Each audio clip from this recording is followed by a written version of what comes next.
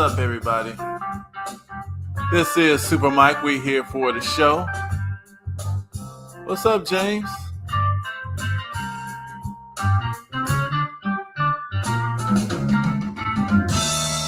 And it's on.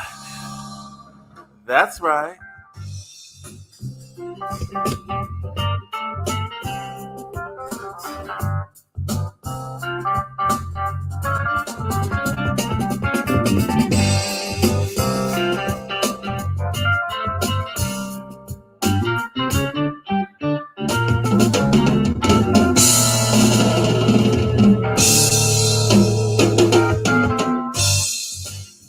What's going on, everybody? This is Super Mike 2164. Make sure you press the like, press the share, all the regular old stuff. We're going to talk about basically just the review.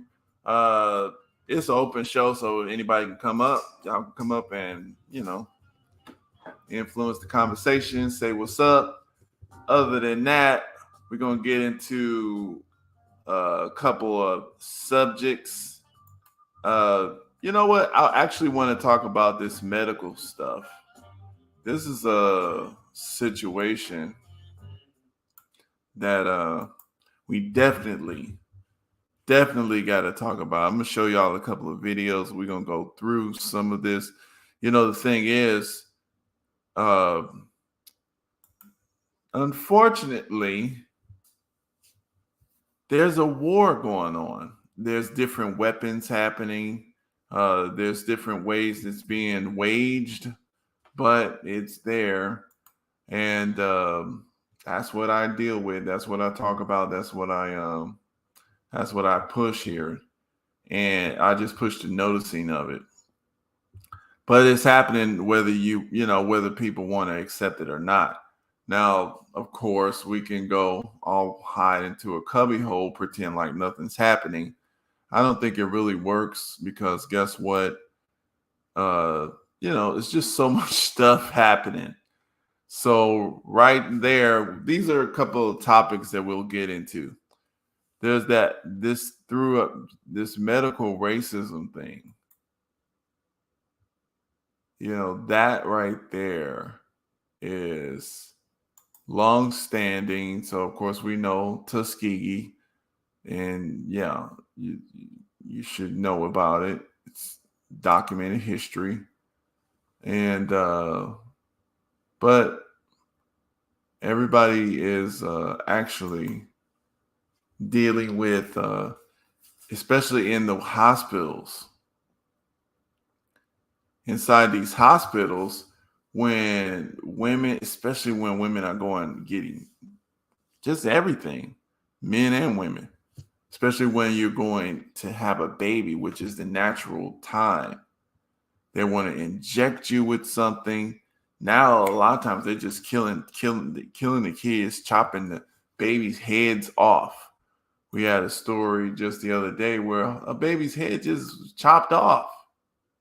They're not playing, and then they're killing these mothers. They're tricking the families. They don't want to, and these are black families, this stuff is happening to a lot. What's happening here is they're finding that no matter how much money you got, they still find that you're getting treated with uh you're getting treated like trash at these hospitals. You can die. Your babies are dying. We had this situation here, and I'll share the screen here. Let's see.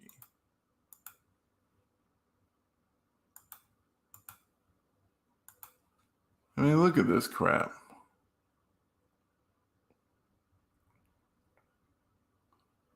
This is Georgia Hospital. Now, these people are at the hospital as if, the thing is, now think about this here. Oh my God, this is insane. The woman is pregnant 9 months. Her husband, the family is there. She delivers this baby. They love giving C-sections. C-section used to be an emergency issue now. Now I think they're giving C-sections, especially to black women, as punishment for having baby. And as soon as they traumatize you, then they try to teach you, get you to, tubal ligation, which cuts off your family. They're making a decision to cut your family off, to cap the size of your family. So we got here a baby decapitated during birth at Georgia hospital, lawsuit. And then they got the nerve to say alleges either the baby's head was chopped off or not. So this is in Atlanta. So, you know how many people died in Atlanta hospital trying to give birth? So Atlanta, this is especially at childbirth, we're noticing. A lot of this is happening. Childbirth. A lawsuit filed Wednesday in Atlanta area court claims health professionals incorrectly delivered a baby, resulting in a decapitation, then tried to cover it up. The negligence and fraud suit filed in Clayton County, Georgia, named several defendants, including Southern Regional Medical Center, the whole damn thing. A doctor, they don't say the doctor's name, several nurses, which they protect here. The medical group at large, according to a statement from the law firm Edmond and Lindsay, according to the complaint, 20-year-old Jessica Ross was giving birth July 9th when the baby's shoulders got stuck in the vaginal canal. A doctor, and they really, I really want to read some of those because they're just overly protecting these doctors. It's so fair when it comes to reporting, when it comes to these officials and these doctors and establishment forces. But when it comes to black people in the neighborhood, if you're accused of something, they put you all up on TV, say your name, show your mugshot. And these are black people. The law firm also said that the doctor, it says that the doctor allegedly performed a cesarean section too late and applied excessive tension on the baby's head, causing it to detach from the body, the lawsuit alleges.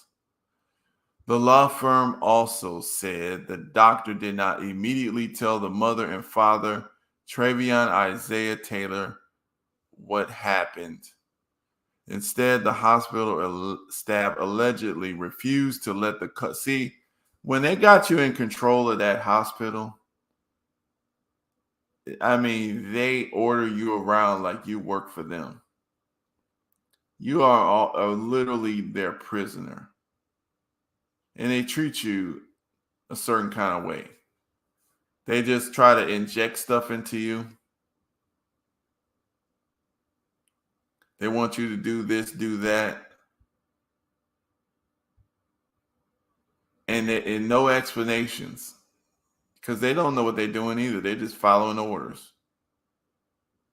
The law firm also says the doctor did not immediately tell the mother and father, Travion Isaiah Taylor, what happened. Instead, the hospital staff allegedly refused to let the couple hold the baby after death. They showed the parents the baby wrapped tightly in a blanket with the head propped on top, the statement said. Additionally, the couple claims in the lawsuit they were pressured by staff to cremate the remains. They were told an autopsy wasn't warranted. The couple reportedly didn't learn about the decapitation until 4 days after delivery. They want her to burn the baby. See, cremation ain't all that, y'all. Because people need to see evidence of your existence. The suit calls for a jury trial, CNN reported. The complaint asks for compensatory and punitive damages. You know, they act like black folks don't want to have children. You see, in addition to recovering the $10,000 in costs for their son's funeral and burial, the representative from Southern Regional Medical Center said they are unable to discuss the treatment of specific patients due to health privacy laws. According to a statement from the hospital system, our heartfelt thoughts and prayers are with the family and all those impacted by this tragic event. Our prayers also remain with the dedicated team of physicians. Yeah, see, they don't care about your people dying. They're gonna fight you. They're not gonna settle with you. Fire the doctor and all that. So, this is what's happening, in these hospitals. We need to learn how to do midwifery. There's midwifery courses out there. Look at that, Introduction into Midwifery Online Certificate course. Hey, if you got to take an online certificate course, take it. $150. Learn how to deliver your children. You can take like 5 of these courses to make sure that you got it right. Birth doula, $129, or 4 interest-free payments of $32. See, they're making this easy for you. Hypnobirthing. Wow. Happy and healthy pregnancy. Okay. 10 soft skills you need. Okay, whatever. All right. Courses for success. Hey, what's wrong with that? I don't see the problem. Bundle up. Learn. Shoot. I'll take one of these things. You got midwifery course. You're going to have to start delivering your own grandkids. And keep in mind, guys, if you guys want to come up, just drop the link. I'll drop them. Yeah. Well, yep. Once in a million. What's up? Oh, you came through C-section. But see, James, at that time, and at that time, usually people didn't do C-sections.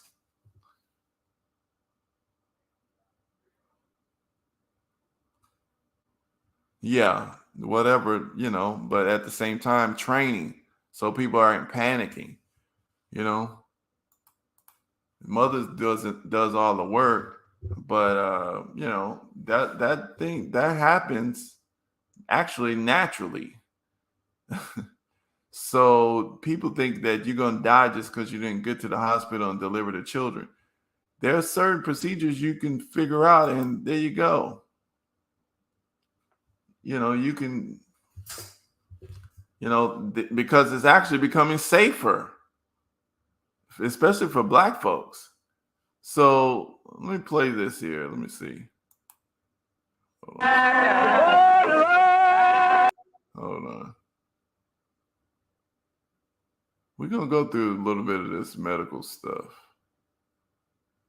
And we're going to talk about that fire in Maui.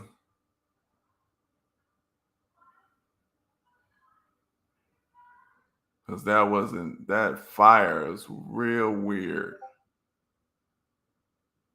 can't get aid. We can't get the stuff we need. We're getting pushed back by some fucking bureaucracy and bullshit. But you can fucking evict somebody. I beg you, please share this video. I really don't care about the numbers. But for black people, for black women, I need you to hear this if you don't hear nothing else in your damn life. Sister, if you are giving birth to a child, if you plan on giving birth to a child, I need you to listen to me.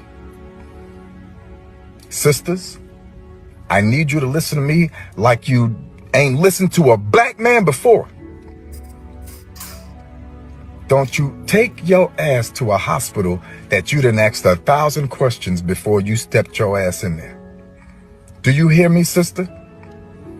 I worked in the ICU the other night. I'm normally a trauma medic in the emergency room, but I picked up a shift in the ICU. And we immediately got a sister in there who had an emergency C-section, and she had internal bleeding, hemorrhaging. Now the baby was taken out and the sister was brought up to the ICU and critical care, critical condition. We could not figure out where she was bleeding from, and we were trying to keep this sister alive. I turned to the doctor at some point, doctor that does not look like us, and I say, doctor, can you come take a look at her stomach? It's getting really distended. And her BP, her blood pressure is not going down. That doctor looked at me and said, that's my patient. I'll be over there in a minute. 2 hours later, after this sister coded on that table 2 times and we had to get her back, we finally get her down to the operating room. And yeah, that hemorrhage that they thought they controlled with that emergency C-section was not controlled. She was still having internal bleeding, which was killing her. Black people, I need you to hear me.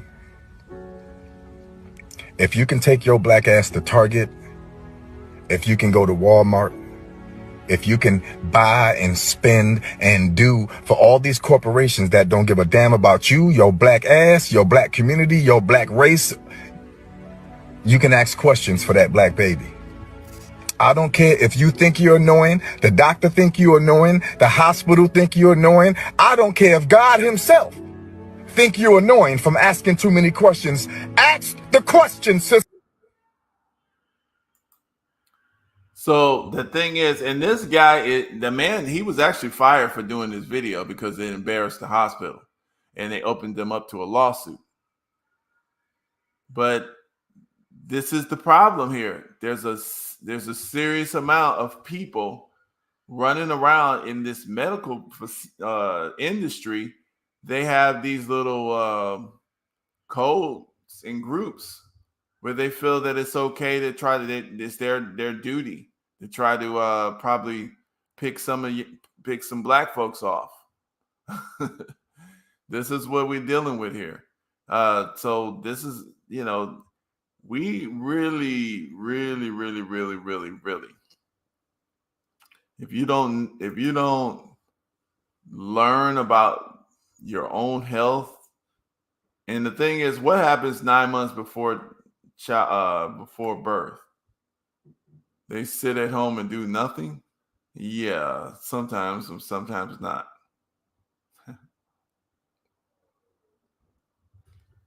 Yeah, but a lot of times they don't. They're misinformed too when they go to these hospitals.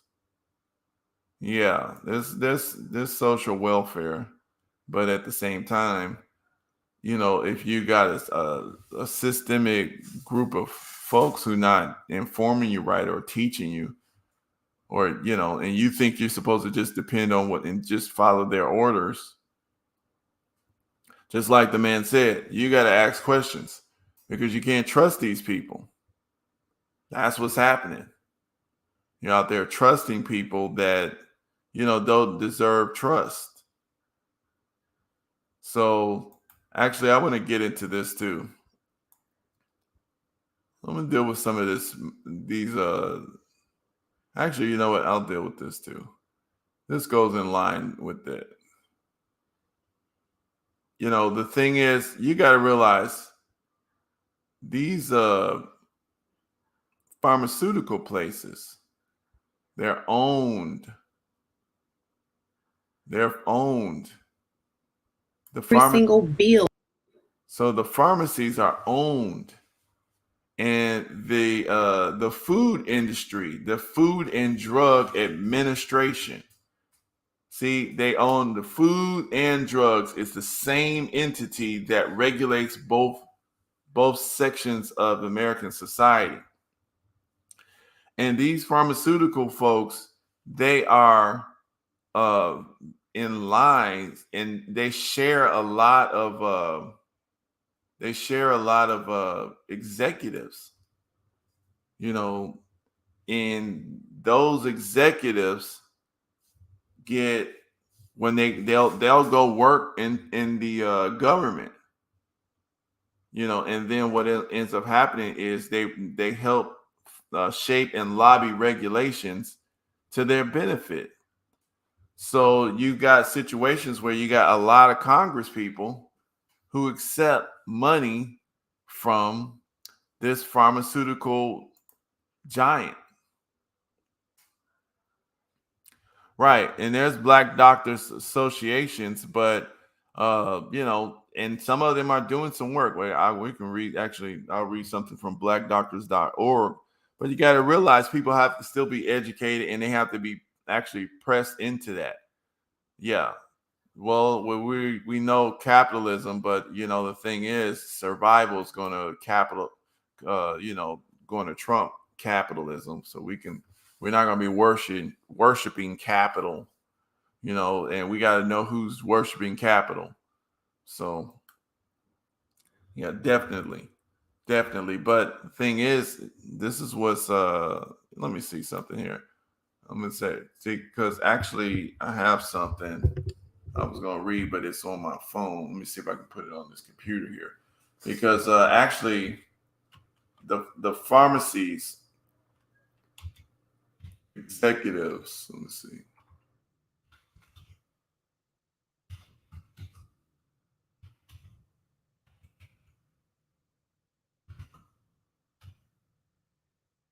Right.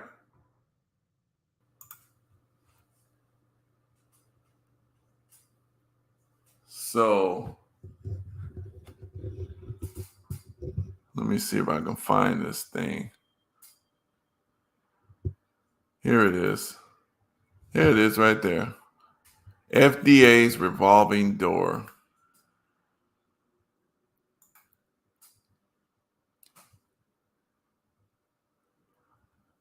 Yep. So companies often hire agency staffers. So if you think about it, you know how the government work, and you're the same company that's being regulated by that agency. And then all of the people who working at that agency, do they want to really press down on those pharmaceutical companies? Because guess what? They're hoping to get a job there. They could get a job at the pharmacy, the pharmaceutical giant that they're regulating. The Food and Drug Administration says its rules, along with federal laws, stop employees from improperly cashing in on their government service. But how adequate are those revolving door controls? Science has found that, much like outside advisors, regular employees at the agency, headquartered in Silver Spring, Maryland, often reap later rewards, jobs, or consulting work from the makers of the drugs that they previously regulated. Often. So when you think of that, and then you look at something like this. Oh, hold on. Your bills, he doesn't run anything. Stop caring so much.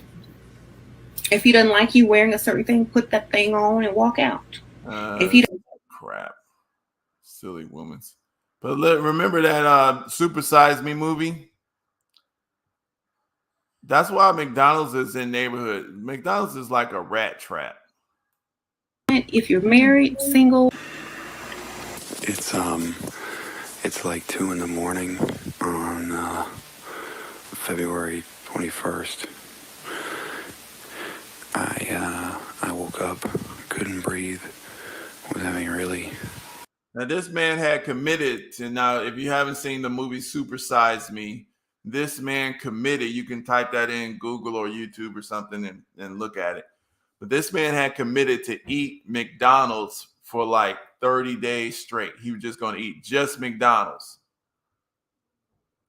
Yeah, one pill sold by the hospital for $80. So this is, I think he had been, what did he say, day 27 or something? Or no, let me see.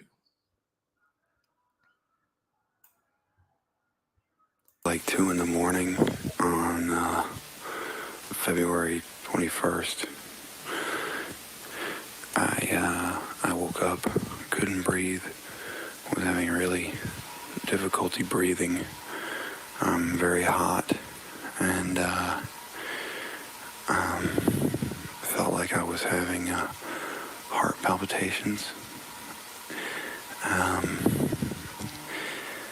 Came up and walked around the living room, just trying to get my breath back, and I want to finish, but don't want anything real bad to happen either.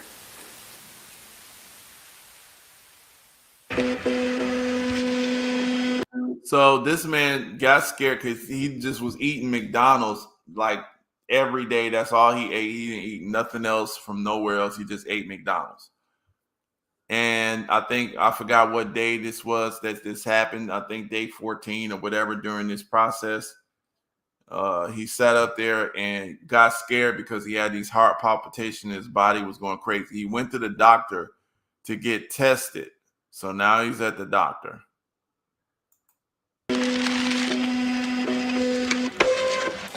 Your EKG is normal. Deep breath. And out. Now, listen. I don't have a ready explanation for your chest pain. Okay. Would you at least consider taking aspirin once a day now that you're on this ridiculous diet? Maybe. I'll think about it. Why would you even think about it? Why wouldn't you just do it?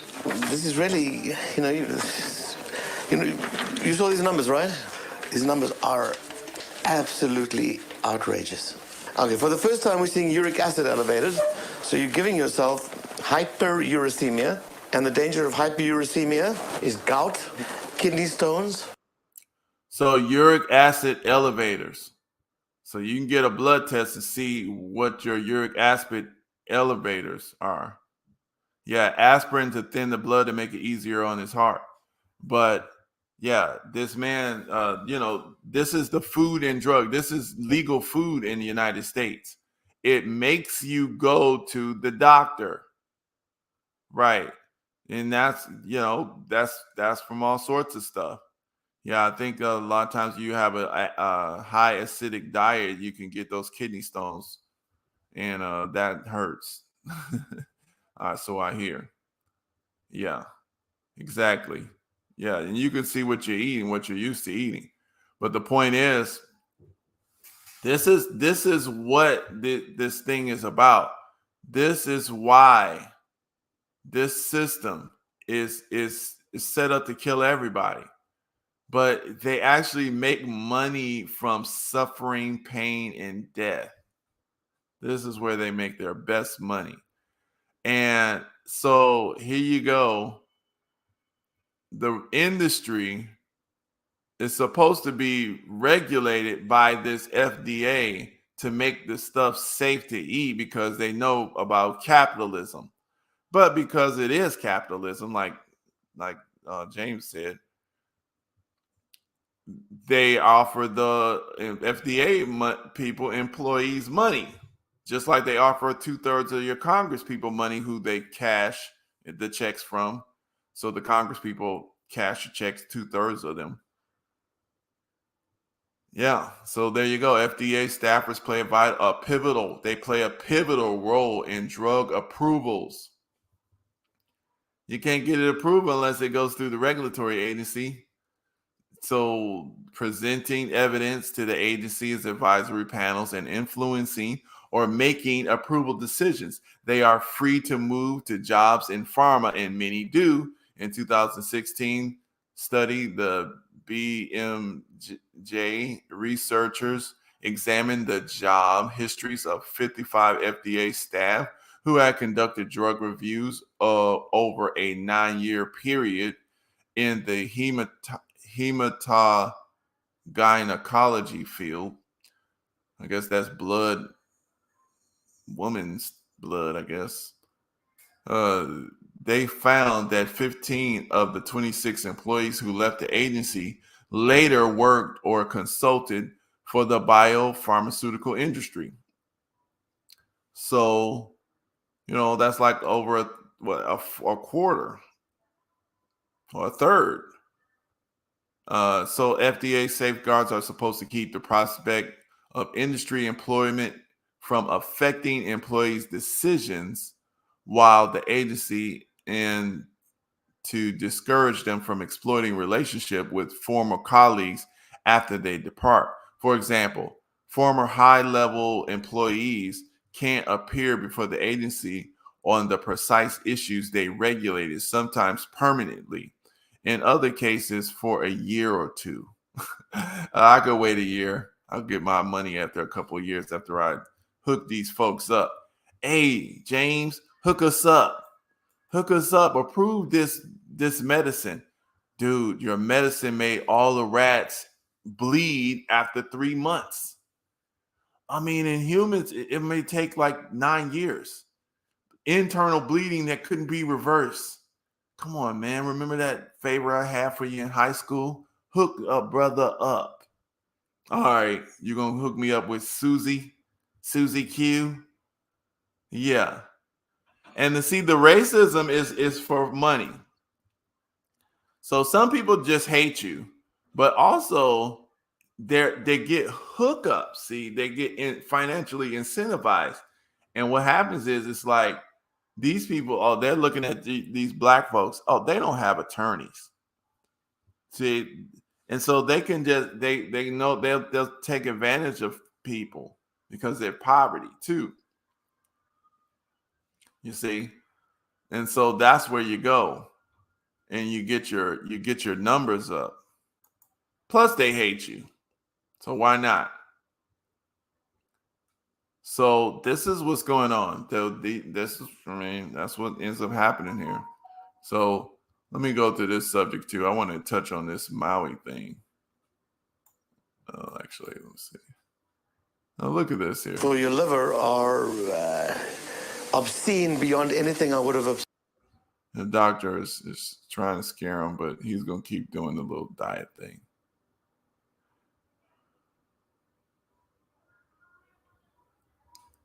Let me show you something here. Here it is again. This is another one.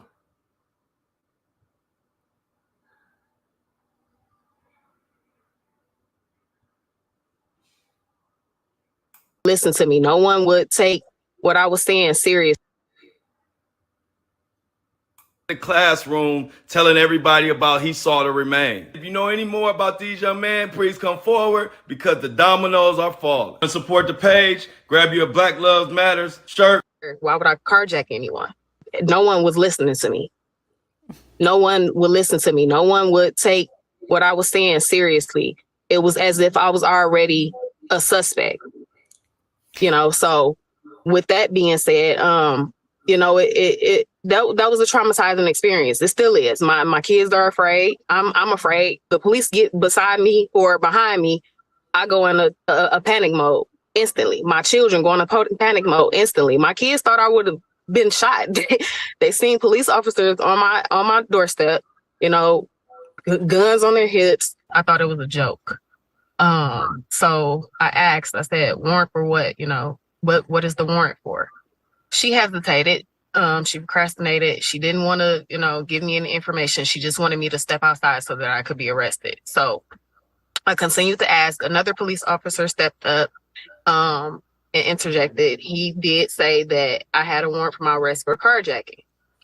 In the midst of the conversation, I opened up my door a little bit wider so that they could see, I was 8 months pregnant. And I also pointed to my cars that were in the driveway at the time. I'm like, I'm 8 months pregnant and, I have a car right there. Why would I carjack anyone? No one was listening to me. No one would listen to me. No one would take what I was saying seriously. It was as if I was already a suspect, you know, so with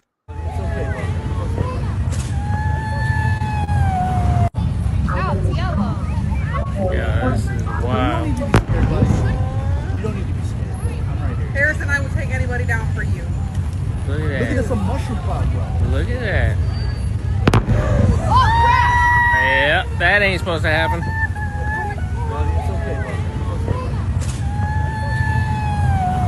Fighting for our world, and especially America. So it's fires everywhere. You got cops, AI, facial recognition. This is in Detroit. We already knew that was going to happen. They already told you the AI was racist. It didn't even recognize black people's faces. So we got fires everywhere. People are getting put out of their house, and in these weird fires, let me show you something here. Let me see. This is the world we're living in now. Now look at some of this stuff. Now this happened in Michigan. Look at that. That's a real. That looks like some kind of drawing or something. Look at some mushroom cloud, bro. Look at that. Look at that. You about to die, idiot. The kid is the only one smart who's supposed to be running, you dummy. The dominoes are falling. To support the page, grab you a Black Lives Matters shirt. why would I carjack anyone? No. Hold on.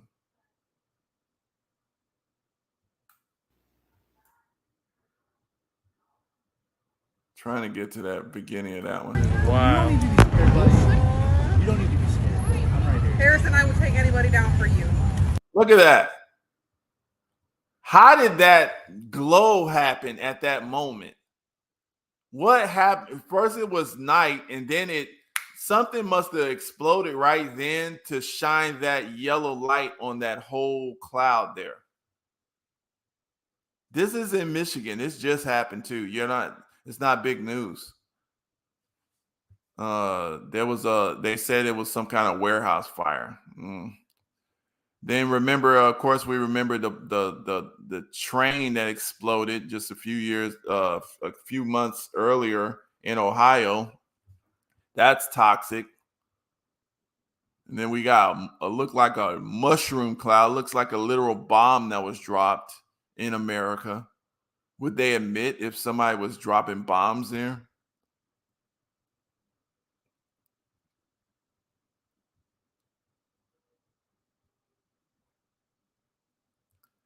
Well, the Americans would go to Mexico. Mexico's been coming over here. We just switch. That's where we'll go. We'll switch. We'll trade. They can have this. We'll go down. Yeah. Look at that. Look at some mushroom cloud, bro. Look at that. These people are obvious. This shows you that the people in the United States, we haven't had enough death, blood bombs, and the same bombs that they use for our taxes to blow everybody up and kill folks overseas because the president or some business person. What's up, BMT? Yeah, it's an open show, so if y'all want to come up, just say drop the link. But yeah, just in case we just look at stuff like this and stand there. Now it's yellow. Yeah, this is wild. You don't need to be scared. I'm right here. Harrison, I would take anybody down for you. Look at that. Look at some mushroom cloud. How you gonna take a mushroom cloud down for your baby? You're supposed to be running. Look at that. Oh, crap! Yeah, that ain't supposed to happen.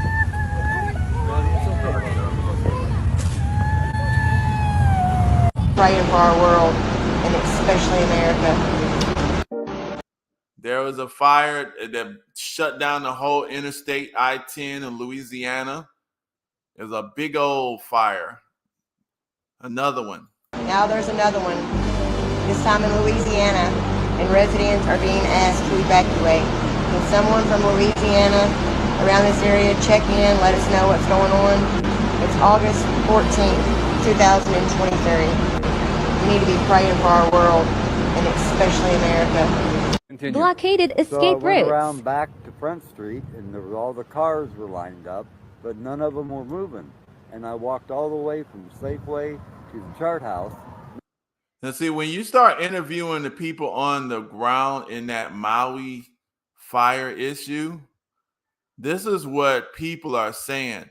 Number one, the police chief had to get, he had to resign because, he had to resign because he shut down the emergency alert system.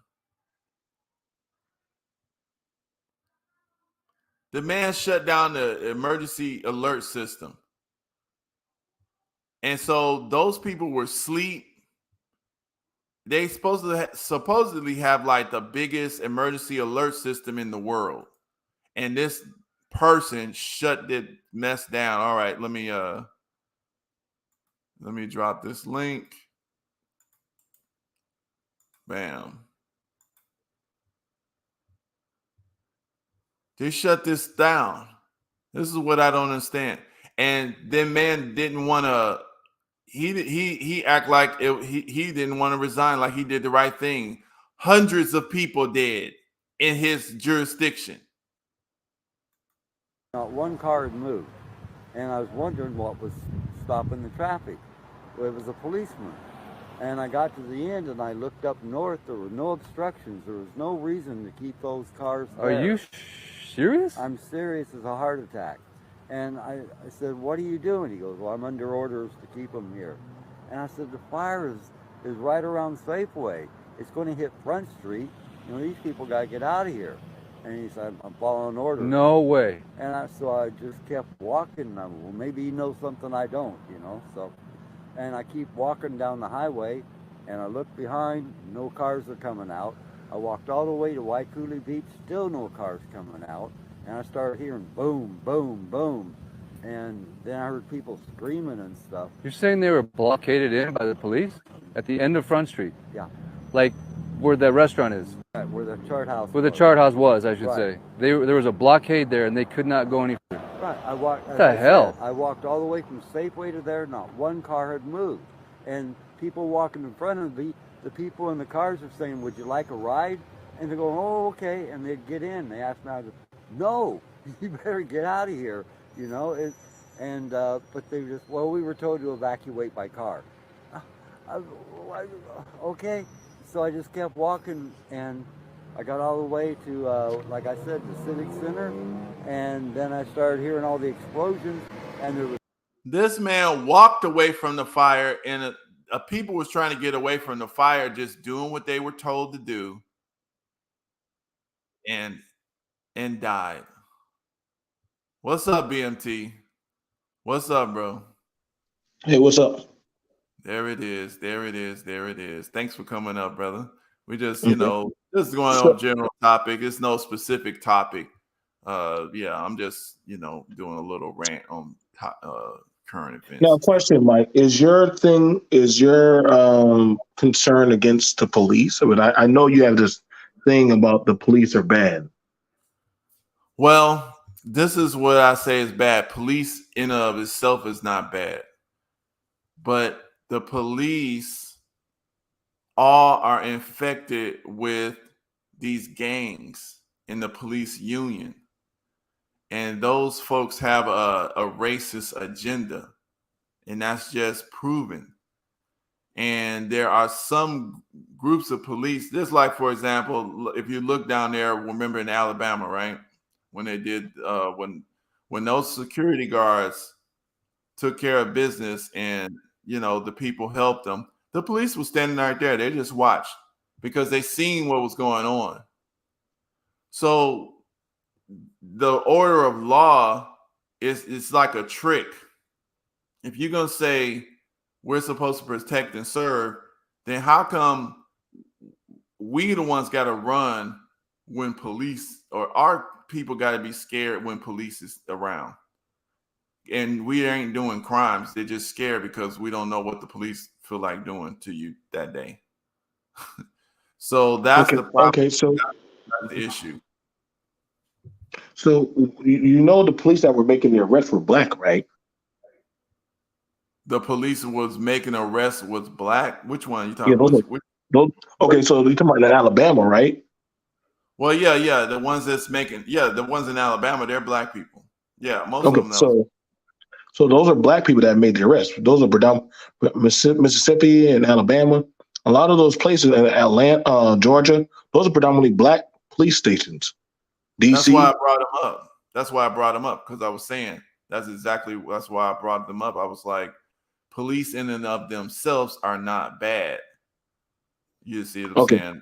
But the problem that I have is that you got this police union and you got all of these little cliques and gangs in these police departments that are not, that they are racist, basically. This is just the bottom line. And they already admit this. They're KKK members, Ku Klux Klan, straight up white supremacist, neo-Nazi, straight up stuff with tattoos and everything that just became police officers. And they have their gang as police. So that's the problem that I have there. There is not police, the actual, definition of what police should be. That's not what I have a problem with. But, the thing is, it's hard to tell what's good and what's bad because there's so many departments that are infected with these absolute proud, loud, racist, in-your-face racist type people who just happen to work there. A lot of them work there. You see what I'm saying? So that's the issues that I have with them. And those are the areas that you see that you talk about, correct? Well, I'm gonna talk about the basic situation that I notice. So, for example, in Detroit, we usually have pretty good police in Detroit, decent. I should say like that. Really, yeah, we did. We have pretty decent police, according to what's out there and what I've seen a lot of times. They're pretty fair. For the most part. Of course, you're gonna get somebody this crazy, but you don't really hear as much issues coming from the Detroit police departments. We get all of these beatings, shootings, all that kind of stuff. We get those type of things and reports in Chicago. You get it in Ohio. You get it in, New York, some places in the South. You don't hear it in Alabama. I don't hear a bunch of, not in, I'll say Birmingham. I heard it in Dothan, Alabama. We hear bad stuff in Dothan, Alabama. But, like I said, in Detroit, it's a nice sized city. We haven't really had as many of those egregious. I'm trying to think of, I think Mateen Cleaves was the last one that I remember. And nobody remembers him. But yeah. So the only thing you hear is nothing but bad things. You never hear anything good. No, because it's all bad. It's all bad, right. BMT. It's all bad. And you know that. No, I don't know that. Yeah, you do. You accept that too. Accept it, man. Just admit it. It's all bad. Yeah, that's like saying all I hear is all bad. Geriatric president. You got a geriatric president. Don't know what the hell he's doing. Son is on crack. This is the president of the United States.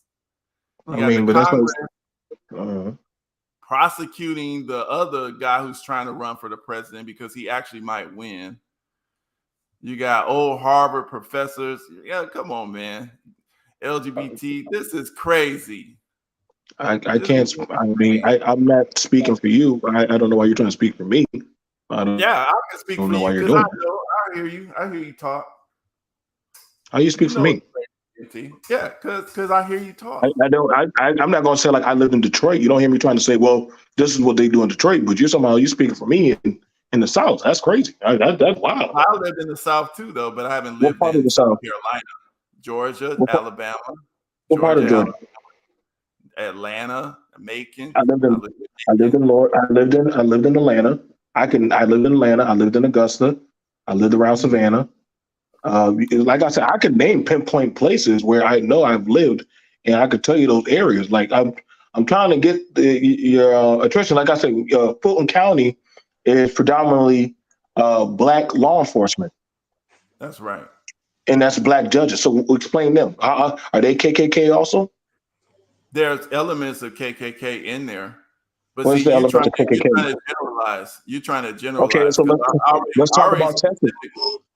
I already went specific, but you didn't hear that though. No, but I'm actually accurately naming areas, and you're like You're just saying, well, they all got KKK. Like literally black predominantly run areas, and you're saying they're KKK. No, I didn't Okay, say that. so That's recorded. so where in Fulton County or where in Charleston County is the KKK? I had never lived in Charleston, so Okay, so where in Atlanta is the KKK? in Atlanta, and also In Atlanta. Haynes County.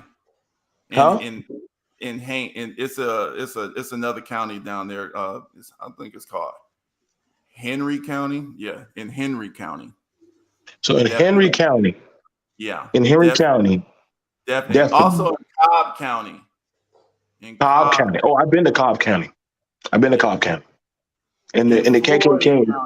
Also in Floyd County. These are places that I know. I've talked to them. I've worked. You talked to the KKK. Yes, I have. Yes, I have. And they just openly told you that they are KKK members. And let me get it straight. Yeah, Hold on. I'm telling you exactly what you're saying. I've literally talked to KKK members. I've worked. And they revealed to you, I'm a police officer and a KKK member. Well, no, I'm telling you that I've talked to KKK members. I haven't talked to a police officer that was a KKK member. But police officers. But you made the narrative that the police are KKK members, are part of KKK.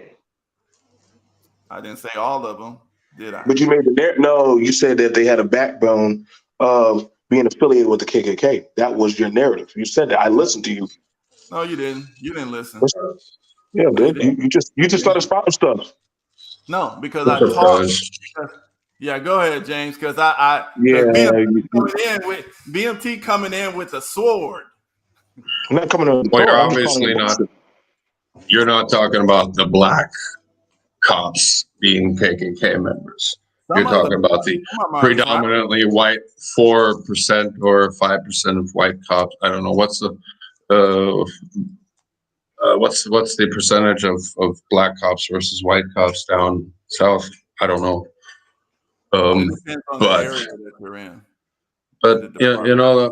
I mean, sure, but that's the South. Isn't that where the KKK operates? But if the majority, when I look at the map in the U.S., the demographics are the more north you are, the whiter it gets, and the more south you are, the blacker it gets. Maybe it's because the more north you go, the colder it gets. You have this in most countries too. Northern parts where it's colder and there's less sunlight, you have majority white people, and the closer you get to the equator, warmer it is, you have more black people. But there is a certain thing of racism that you might be comparing the cops to, that they just have this inner. They're an organization that if you pay your contributions, they will come and protect you no matter what. But if you obviously fall out of line, which is what happened with the guys from George Floyd. Now it's just like they're just like, we can't save you guys. You guys, too many cameras, too many people looking, too little of a reason. Fake $20 bill, you fucking choke the guy out. No, we can't protect you. you know, it doesn't really matter if they're black or white cops. At some point, we all know that the police, because they are serving as an intermediary between the government and favored by the government, and their story is always preferred over our story because it's just easier to believe the cops. And that's why police all over, no matter what kind of color they are or ethnicity or what their belief is, as soon as you have 2 cops, 3 cops, or 4 that control a certain area and can keep a certain secret, you know, what would cops do otherwise if they couldn't be law enforcement or government? Would they go back to being plumbing? Would they be honest people? Or would they start thinking like a criminal because they have to think like criminals? That's a whole cop's job. I have to think, I have to put myself into the position of being a criminal. And once you're in that position, you figure out how easy it is to be a criminal while you are the cop. And this is what happens in small towns and rural towns and on both sides. I mean, you got 5 black cops doing the same thing as 5 Mexican cops. Let's say Latino cops. I'm just going through races as an example that it can happen in every little place. And it just the other way around, it can also just be very friendly cops in a very, you know, secluded rural area where everybody just knows each other. And maybe it's because the cops live in the community. The cops have a family of a whole bunch of people, and everybody has a family with a whole bunch of misfits in it. And they're not just like this. They found them smoking weed again. The cops, So James, they're gonna. the cops here is just not gonna do anything but what they're told, and what they're told for the most part here. But that's the thing. They are told to go into communities that they don't know, they don't care, and they might never return to do things that they would not do to their own kids and their own family. Well, and if you keep it local like that. Look at this here. This man said the cops stopped the traffic during a fire. Yeah. These are not black people here talking. Yeah, I know. These aren't You black told people. them demographic plate. You just picked out a video right there. You just picked out that video. This is this fish guy that sits around that. I saw this video, but there's thousands of other videos. There's no mainstream media video because I guess no news station decided to get on an airplane and fly to Japan, which is where Hawaii is, and nobody was on Hawaii. There's no news stations on Hawaii, or nothing. There's news stations in Hawaii. There's news stations in Hawaii. Or like camera teams or something. But I mean, Hawaii is not New York City, you know. Dude, Hawaii is a big deal. Go ahead. Jesus Christ! Hold up, wait. So where was the news story about the black cop that was sex trafficking girls? Like, are you going to tell that story also next? Like, are you going to tell that story next, Mike? Like about that? I could promise you I could pull that story up for you. I would be happy for you to expose that because you'd just be making me right. Because like I told you, so a person that took their power and then abused it. They're part of the team. That's what I told you. They're police What officers. team? What team? So wait, hold on. Let me get it straight. Okay, go ahead. Get it straight. Get it straight. So I have people that I know that worked for law enforcement as bailiffs, COs. They all know about this agenda y'all talk about on YouTube. They work there. They follow working orders. as a correction officer. Right? What orders are they following? That's their job. Their job is to keep people in line and to obey orders. Look, guys, there's also differences between a corrections officer that works in a public prison and somebody that's in a private prison where you don't get to see anything. There are different levels of prisons. There's different levels of information that gets out. You know, I mean, there's local, you know, it's not. If you work at the cigarette manufacturing plant, Your job is to make cigarettes that kill people. You're not necessarily a bad person. You're just doing your job. So it's just like that. If you work at the police department, if the police tell you, we need you to go to this house, okay, we need you to break that in that door because we need to get in this house. You're just doing your job. You're No, yeah, you have certain rules to follow, and the police have rules to follow. The only problem with that is that they are starting to disregard these. And the thing is, they'll disregard it this minute, and then it takes 6, 7, 8, or it never gets processed. But this happens all the time everywhere, where people take justice into their own hands, and it also happens among cops, and there's also bad cops. Everything that you say bad about your own people, let me just say it like that, is among my own people, is among every other people, and is just as much represented by the police. It's like, boom, oh, there's 10% of the black population is gay or bi, boom. And it's just like, well, you can probably consider that roughly the same thing for police. Because it's, it might not be that high or it might be that high. It all depends, really, So, and it's the same thing with bad apples. You will see most of these cops that are good cops, you don't see on the street. They're somewhere putting a stamp on something, copying a piece of paper, calling somebody, making sure that something's being processed. They're not on the street. The thing is, the people that are on the street, if you have too many of them that are doing their own thing and can't be controlled, and that's the thing. You need to have, if they're not doing anything bad, you have nothing to hide, you have nothing to fear, and that should be the same thing with police officers. A little bit more accountability would be nice, a little bit more understanding. It's just like, not everybody's a terrorist, not everybody's out to machine gun down half the town, and it's a lot of paranoia that goes down there. It's just like, snitch, if you see something, say something. That's why I'm so glad that now, looking at how society is going, like, it's going to be everyone for themselves type of shit.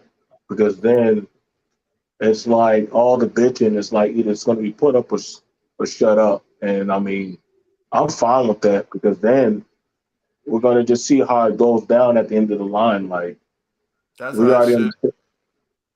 I mean, like I said, some of y'all, I think, honestly, hopefully y'all got y'all shit together. Like if y'all think we're going to do some kumbaya shit, that's not happening.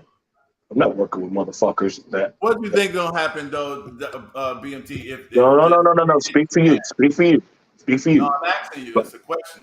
I'm not speaking for you. I'm asking you. Okay. Question. You said, what I think what?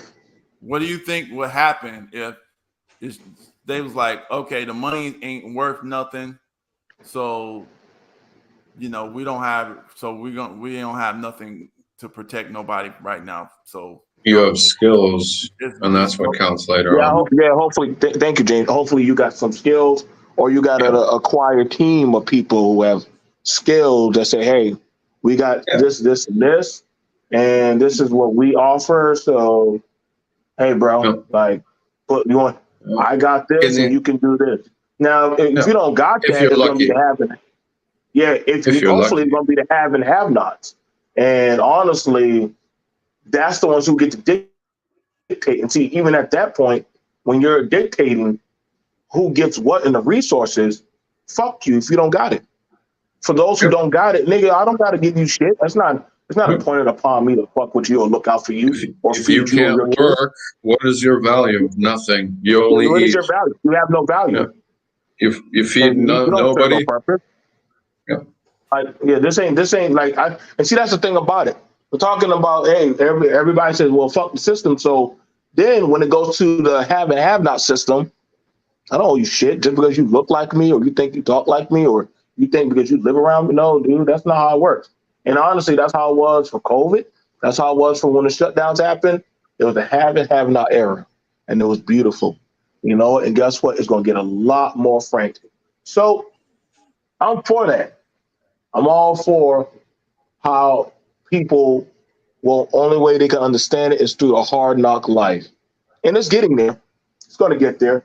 I don't know what Mike thinks that we're going to do, but I'm curious to know what y'all think we're going to do, because I think the way it's going to go down is the way, like you said, through COVID. That's how it's actually going to go down. Now, some you think so? Think, yeah, the way it went down, the way it's going to go down. Go ahead. What was you going to say? No. I want to hear you. I want to hear that. You know the government system very well. What do you think is going to happen, Mike? Okay, first of all, once the government system breaks down, that's what we're talking about. So I'm talking about once it breaks down. So, because to me, the government system is dysfunctional. It's just people stealing. It's really kind of what we're talking about. Is if they stealing right in front of your face because they can. They raise your taxes, and they just do what they want to because you don't know how to steal back. But then you steal back. Right? It's a steal and steal back system. Well, I mean, if you steal back, it's something everybody's going to beat you up because that's what they was trained. But the point is, when the system breaks down, who's they trained? You know, and properly claim your taxes. That's fine. Wait, no. Who's they that were trained? No, he asked the question. Who's they? There's things on things called programming. So there's social media giants. You can call Zuckerberg. You can name. You can. No, it's the IRS. It's the people that come to you because you didn't pay your taxes. Those are the people that you need to focus on. It's not Mark Zuckerberg or. No. Mark Zuckerberg wasn't around. James, hold on. He's saying who trains people. Okay, we were trained. Okay, and how did that happen? You looked at media. That's what we were trained doing that. Cartoons, your video games. That's your training. What? Yeah, and I love that shit. And you're an electrician, I'm a carpenter, and BMT does what he does, security, and I'm sure he does other. No, I'm talking about your social training. If you know about all of these type of things that people enjoy doing, they look at their social interaction. That's your social training. Now, of course, you got your personal life, your vocational training, your parents, all that kind of stuff. But they're not the sole things that train you. As far as but neither were Looney Tunes and kids things. Those were things that just, visualized me, gave me stuff like imagination. I mean, I could just blindly walk through life and say, you know what, I haven't seen space, so I won't believe any of it. But I like the images. I like things. I like those 3D little pictures where you look at and you can see a little image and you're like, oh, wow. It gives you a different perspective of what you can do with your eyes. Or, I don't know, drugs. Sorry to be that way, but they give you a different experience on life. They give you a different perspective. And all of that's training in some way. Just like BMT's military training and beyond that, his career. It sets you, it trains you for how much discipline and how much time you're willing to invest into your life and how much you might just sit around and do nothing, So I'm just trying to make sure I hear y'all, because you're talking about training, and and you're saying that they got it trained, that they have this abundance of people set aside that are going to enforce the laws when there's no resources or anything to garner their loyalty to do it. Right? Is that your argument? You got that totally wrong. What's the incentive for them to keep doing what they're doing? Like, because if you don't have a resource to pay them. That's what I told you. That's why I said that. The thing is, we were talking about when everything breaks down and everybody's on their own. That's what I'm saying. You do know when everything breaks down and goes to zero, another type of government rebuffs itself, right? You do know that, right? Right. That's that's everybody for themselves, every group. Are we not currently by ourselves too with the current government and the one before that and the one before that and the last? I mean, no, we're not. Yeah. We're not. I mean, again, like for me, it's different because it's just a passport. For you, it's different because you are a contractor, you hire contractors, you have worked in that field. So for you, it is beneficial, and that's where mean it's possible to work in a system that, where they take from you, but because you went up front in expenses, they will take less from you. If you're buying your truck for your company to build your company and hire somebody else, then that's an investment, that's a tax deduction. Or instead you're buying a Lamborghini for yourself, investing like that kind of stuff. And you can cancel out a lot of fucking taxes by reinvesting into yourself over the years, machines, equipment, that kind of stuff. So it's not only that the government is taking from you, but you are also saying, hey, those taxes aren't for free. I did put in work and I did invest money beforehand so that these taxes are even possible. And tax exemptions are you just have to know it, and that's where they're not going to come out and tell you. They're too busy trying to they don't even teach you how to. Your parents need to teach you how to survive, like eating, where you buy your food. They don't teach you where to. It's like you can't go out and cut down the deer somewhere. Somebody else will come and be like, "Yo, that's mine." See, what you doing? Let me just show. This is Hawaii right now. When this happens everywhere, there you go. That's right now. Yeah, but that's like 2 blocks, and then 2 blocks. They like that's just 2 blocks. That's it's so straightforward. Yeah, that's just 2 blocks, man. Look at that right there. That's 2 blocks. That's just 2 blocks, man. What are we doing? That's like 2 blocks of New York City. Okay, Yeah. but I'm saying that these are breaking down of conditions right now. It's a double yellow line, so I guess it's a big Can you tell me road. what set the fire? Yeah. Can you tell me what set the fire? I don't know. Maybe 2 airplanes flew into it and A lot of people are burned down.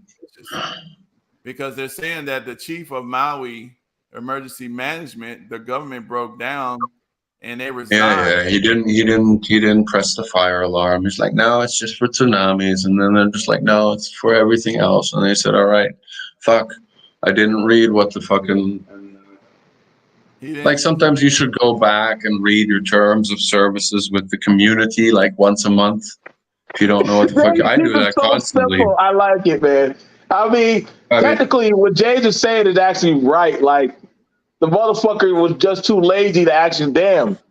I think I'm supposed to keep that bullhorn, that sounds for a fire, maintained. Yeah. Oh, you know what? Yeah. I'm not doing that. So, you know what? He fucked up. That's what he did. Yeah. He fucked up. He didn't keep the bullhorn going. So he should have warned from something and then something. I don't know. I mean, they're just like, oh, what is it? Well, there's a fire here and I can't breathe. So is it a tsunami both at the same time? I mean, you got to give people a little bit of credit here. They're like, oh, it's not a fire. It's not a fire. It's just carbon monoxide. Let me ask you one question. So these people that are so-called, that are supposed to be, hopefully will be smart. They said one police officer just said, hey, don't go there. Why the fuck didn't they just, all right, motherfucker, we're just going to go around you and just keep going. Like, you're not stopping us. You're not stopping us. Like, I'm calling bullshit. I'm calling bullshit. He's a government official. He's not a government official. Police officers are not government officials. Police officers are not government officials. No, they're not. They're not government officials. Let's stop that line. They're not government officials. Yeah, they're intermediaries. A police officer is an official of the government. No, they're not. A postmaster, or people that work at the post office, you would get in more trouble killing somebody that is a postman than you would killing a cop. If you're a state trooper or if you're a cop might be a state guy, but a person working at the post office is a federal employee. That's a federal. That's a federal job. So that's but then again, working at like DHL isn't. But the police is local government. That means they are people. That's what I said. They're official So- of a government, though. They're What- a what- government official, not the Okay, no, federal no. government. But you said no. That's not. Don't say government official because every night. What government? What government? There's the local government. Okay, so you're talking about local. Okay, Yeah, local police officers, guys that have police cars that don't really put out fires. Yeah, But they tell people Please- to stop please don't- when the fire's coming. yes, exactly. But that's the thing. If you don't have eyes in the sky, you can't direct anybody to anywhere. They were probably just directing people that were, and that's the thing. It's these things don't happen enough for people to evolve. Look, accidents have to happen. This is something that you look. Look. People will constantly build on places that used to be flooded. They're not flooded now, but a rain comes and then their whole village is gone. And it's just like, that used to be a riverbed 100 years ago. I wonder why it got flooded. And that's, there are cities that they use flood management, fire management, wind management. They build certain ways in cities, and this stuff just hasn't reached Hawaii yet. So listening to your talking point, Mike, because there's less EMS, less police officers, less people joining these service jobs. You know what I'm saying? Because everybody said they're bad and evil and they're of the man. So who's trained to do them if less people are doing them now more than ever? Who's doing them? So if there's nobody fixing the bullhorn, if nobody's doing it, let's stop lying. Americans are not stepping up to go do these jobs. Let's stop lying. And say There's no incentives and there's no reward to it. Like if you're a fire person and you were a volunteer fire person, then if you were in Hawaii, I would expect me as a volunteer fire person that I would get fed properly, that I get training properly, that I would get room and board, and all of this would have to be free because they cannot pay me or ask me to volunteer for a less pay than I can afford to live comfortably on watch 24/7 in Hawaii. And I'm not talking about comfortably like a 3-room mansion or a 3-room house or something, but like enough for me, my wife, 2 dogs, and you don't get all that. You get 2 beers and one free one free ticket that we might turn a blind eye to. That's all you get. You take it and make it work. I only have to pay my ticket there. They don't care how I get away, huh? Yep, that's all you get. Go in the water. That's more than 2 that blocks, way. James. I think. But I mean, it's also people in cars. I mean, it's more than 2 blocks. But what am I supposed to say? Listen. I can't help do we that not have people a government? So let's look at that. So with Mike, you threw out the argument that the government, mind you, if they don't have a government or a system, then what are they using? Like, what are they honestly using to They're keep going them? to get a system because they're going to die and they're going to get sick of dying. All I'm They're going saying to get sick of, how you going to get sick of dying? Did that case, people would have done something by now? No, what's happening is, see, this is just like this. There's breakdowns of the government. We had COVID. We have all these different calamities. Stuff breaks down and the government doesn't respond as the people thought they should. So the people start not trusting the government. That's what's happening. And so, that's been happening. So, not really, because if you not tell the truth in the BMT, your grandmother way back, if it came on the news, they trusted it. People trusted way more. They trusted a lot, man. What is your proof that they trusted it back in the day? If literally that's around the time of Jim Crow, and why are you gonna say they trusted it back in the day? If literally they were more openly emboldened on doing things to that of the people, you make it seem like people got smarter. So that's a fallacy of a lie. That they trusted it back then when they had more open gates to do whatever they wanted. So where are you talking about that they took it back in the day? The news, the government What officials. news? Everybody didn't have a TV back then. Everybody didn't have a TV. That's another false and propagated narrative. Everybody couldn't afford a When TV. I say the news, that's not just TV. It's newspapers. They read Everybody the news. Yeah, couldn't the read news, back then. They were new. They were Everybody reading. couldn't read back then. They were reading. Everybody wasn't reading back then. They were reading No. newspapers, man. So Who's everybody? why would you keep saying everybody? I'm saying people. Most people were reading. People were reading. Black people were reading. Black people were reading back then like that. Yes, they were. They were reading more than they read now. They read newspapers way more back then than we read newspapers now. Okay, so I'm just asking the question. So that's like, okay, so you joined that of a religion, right? That is programming you to Right. believe what they tell you, correct? Right. Okay, so you joined them.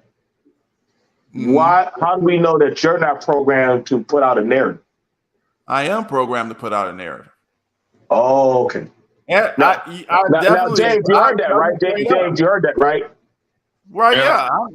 I'm programmed not to hide my narrative.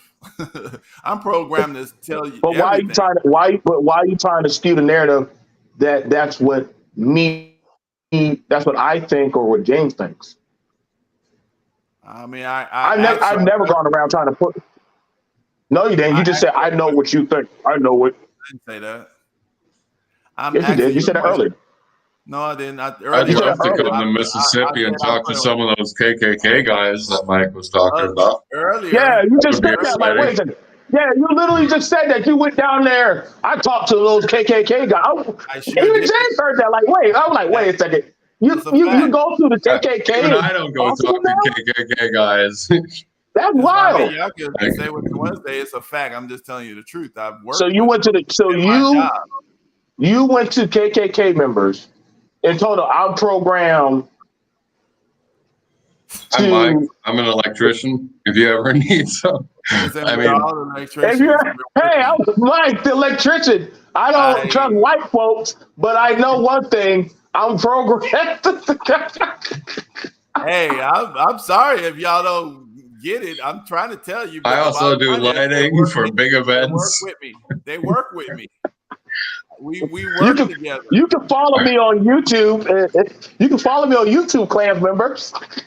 Yeah, I'm sorry. You got to realize that these people grow up with this. They grow up like that. They're raised in that household. So you ask Clan members to subscribe to your channel. They can if they want to. Why not? Okay. I talk to Clan members. I don't care. Now, hold on. Now, let me get straight. Now, You see, BMT. That's their subscription of their religion. You see what I'm saying? And some of them keep it hidden, and some of them don't. And like I said, my subscription of my religion, I don't keep my stuff hidden. I don't have to hide my stuff. I tell you. Okay. What's the?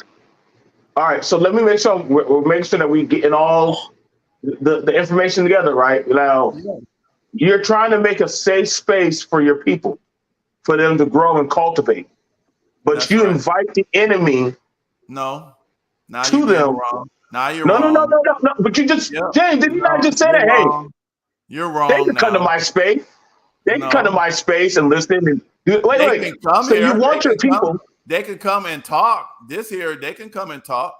But they're not going to get treated in a certain way. I'm gonna still talk about my topic because but that's like inviting a Nazi to a Jewish soup kitchen and say, "Hey, you can come in here and help us serve food, but just know we're going to talk about the Jewish agenda." Oh, okay. So where do y'all put y'all pots and pans at? James, show them in the back. Don't watch them. Just let them go sit in the back. All right. Here's our beer. Here's our food. Here's our women and children. First off, BMT, it's not really the same thing because the Nazis have actually been destroyed. The Nazis have been pretty much, as far as their main power, they kind of been destroyed by the Jewish Yeah. For the most part, there's still little groups called little neo Nazis and skinheads. And One's stuff like that, politics and but they're one's not religion. really. You have Yeah, to but they're not separate really. it. Yeah, but they're not really strong. I think it's better to see them to actually not know them. You literally just said you do you even know where the KKK affiliated groups get a lot of their talking points from? Like, do you even know that? So you literally met you met the children of the Nazis. So you have never seen where people have a conversation with the enemy? That even happens in the Bible. I mean, I've been to Afghanistan. I kind of sat across the table from I sat across the table from Taliban members. I mean, I'm pretty sure they weren't talking about giving me like chicken and rice. I'm pretty sure you're like, damn, this American done came over here. What the fuck? Like, how do we get this bastard? Like, I'm just here to. And he's black. How did y'all fly? Did you fly that plane, Negro? You have freedoms in America? Since when? Link is broken. Oh, hold on. Oh no, it's not. You got it. I thought that was you. That was you over there. Yeah, this link. James put the Amazon right there. No, but the thing is, no, you got to talk to your enemies, because the bottom line is that's how you actually get. Because if your enemy is too big to just destroy completely, you're going to end up negotiating with them. Because even if you beat them, but there's still too much, you can't actually. You gotta kind of figure out why they are your enemy first, and if that has no fucking, is there any reason why America has so many enemies? Why is it freedom? It's pretty easy to figure out why the KKK is the enemy. Okay. What's up, Leroy? Yeah. What's going on? What's up, Leroy? Yeah, it's pretty easy to figure out why the KKK is the enemy, but at the same time, it's like if I'm working with people and I know that they're the KKK and I'm talking to them, I'm working with these people.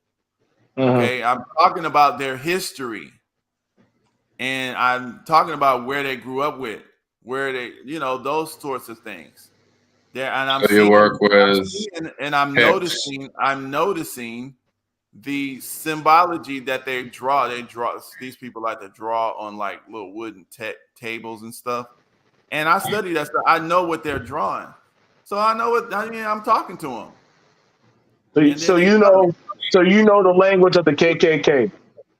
I mean, they speak English, BMT. I mean, they're writing on wooden tables. I'm sure you've talked to some of them before, whether you knew it or not. I'm sure. Hey, you've been telling me you've been going to their meetings and talking with them, having conversations. What kind of wooden tables are they writing on? What kind of wooden table are they making, Mike? Like, no.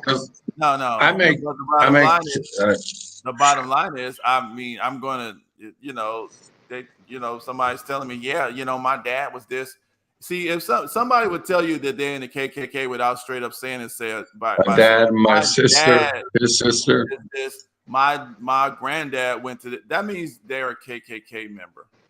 They're telling you this is what that means. That there's stories that of black people that have been lynched that they keep circulating down their family line.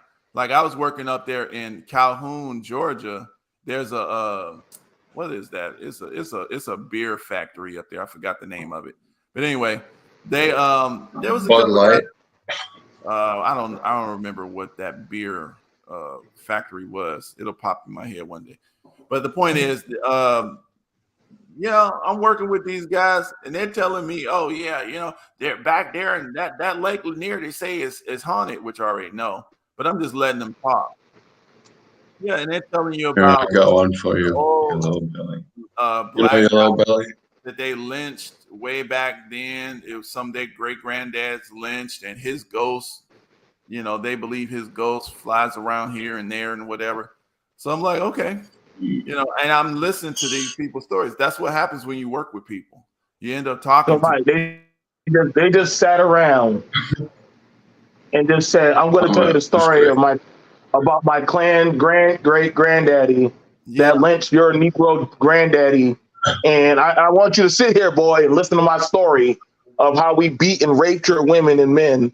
And all right, yeah, let's get. This is a good story while we're working. The thing is, Mike, they must not really give a shit about you. well, why would I expect my enemy to give a shit about me? I don't expect. I mean, clearly, do you give a shit about yourself? You sat there and there and listened to a whole goddamn Klansman story. Like that's wild. Why wouldn't I listen to their intel? Why wouldn't so I? Wait, so would you sit there if they called you nigger and all kind of other shit too? Would you sit there and listen to them?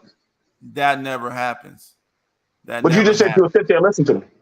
Why wouldn't I sit there and listen to the story, to the history? That's a part of history. Why would you? Yeah, that's a part of history that I never knew. You see, because you got to realize that these people have a lot of the stories of our ancestors locked up, hidden in their family lines that we have lost the information. They got that. Wait, who? So they have? Yes, they have our family heirlooms. Your ancestors, some of my ancestors. No, don't say R. Yeah. No, there's no R. I actually just dropped the video. Because here's different. You're near that dismal swamp. You're near that dismal swamp. So it's very What dismal swamp? What dismal swamp? That's over there in in South Carolina and Florida. That swamp area was a big place of fighting.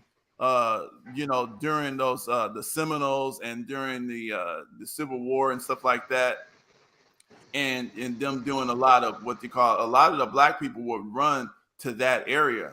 You know what I'm saying? And escape. So there's a lot of history, and they would and the white people would send militias in there in that swamp area and down in that area, especially in South Carolina and stuff. So there's a lot of history there that these people have. Yeah. That that's worth actually learning from. So I don't have a problem with listening to it.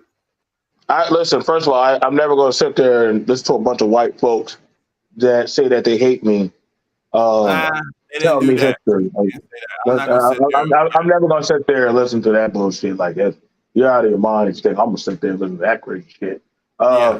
No, number two, I actually already dropped the video because I literally dropped the video of me showing me going to these places. I don't need no white supremacists to tell me that shit. That's wild that you even entertain that shit. Like that's crazy. I don't know. Like but I can't understand some of y'all. This is YouTube, but hey, to each is their own. I don't know. I mean, hey, if that's what you want to do. Well, listen to him. Then why would he tell you the truth? Why would he tell you the truth if his job is to lie to you?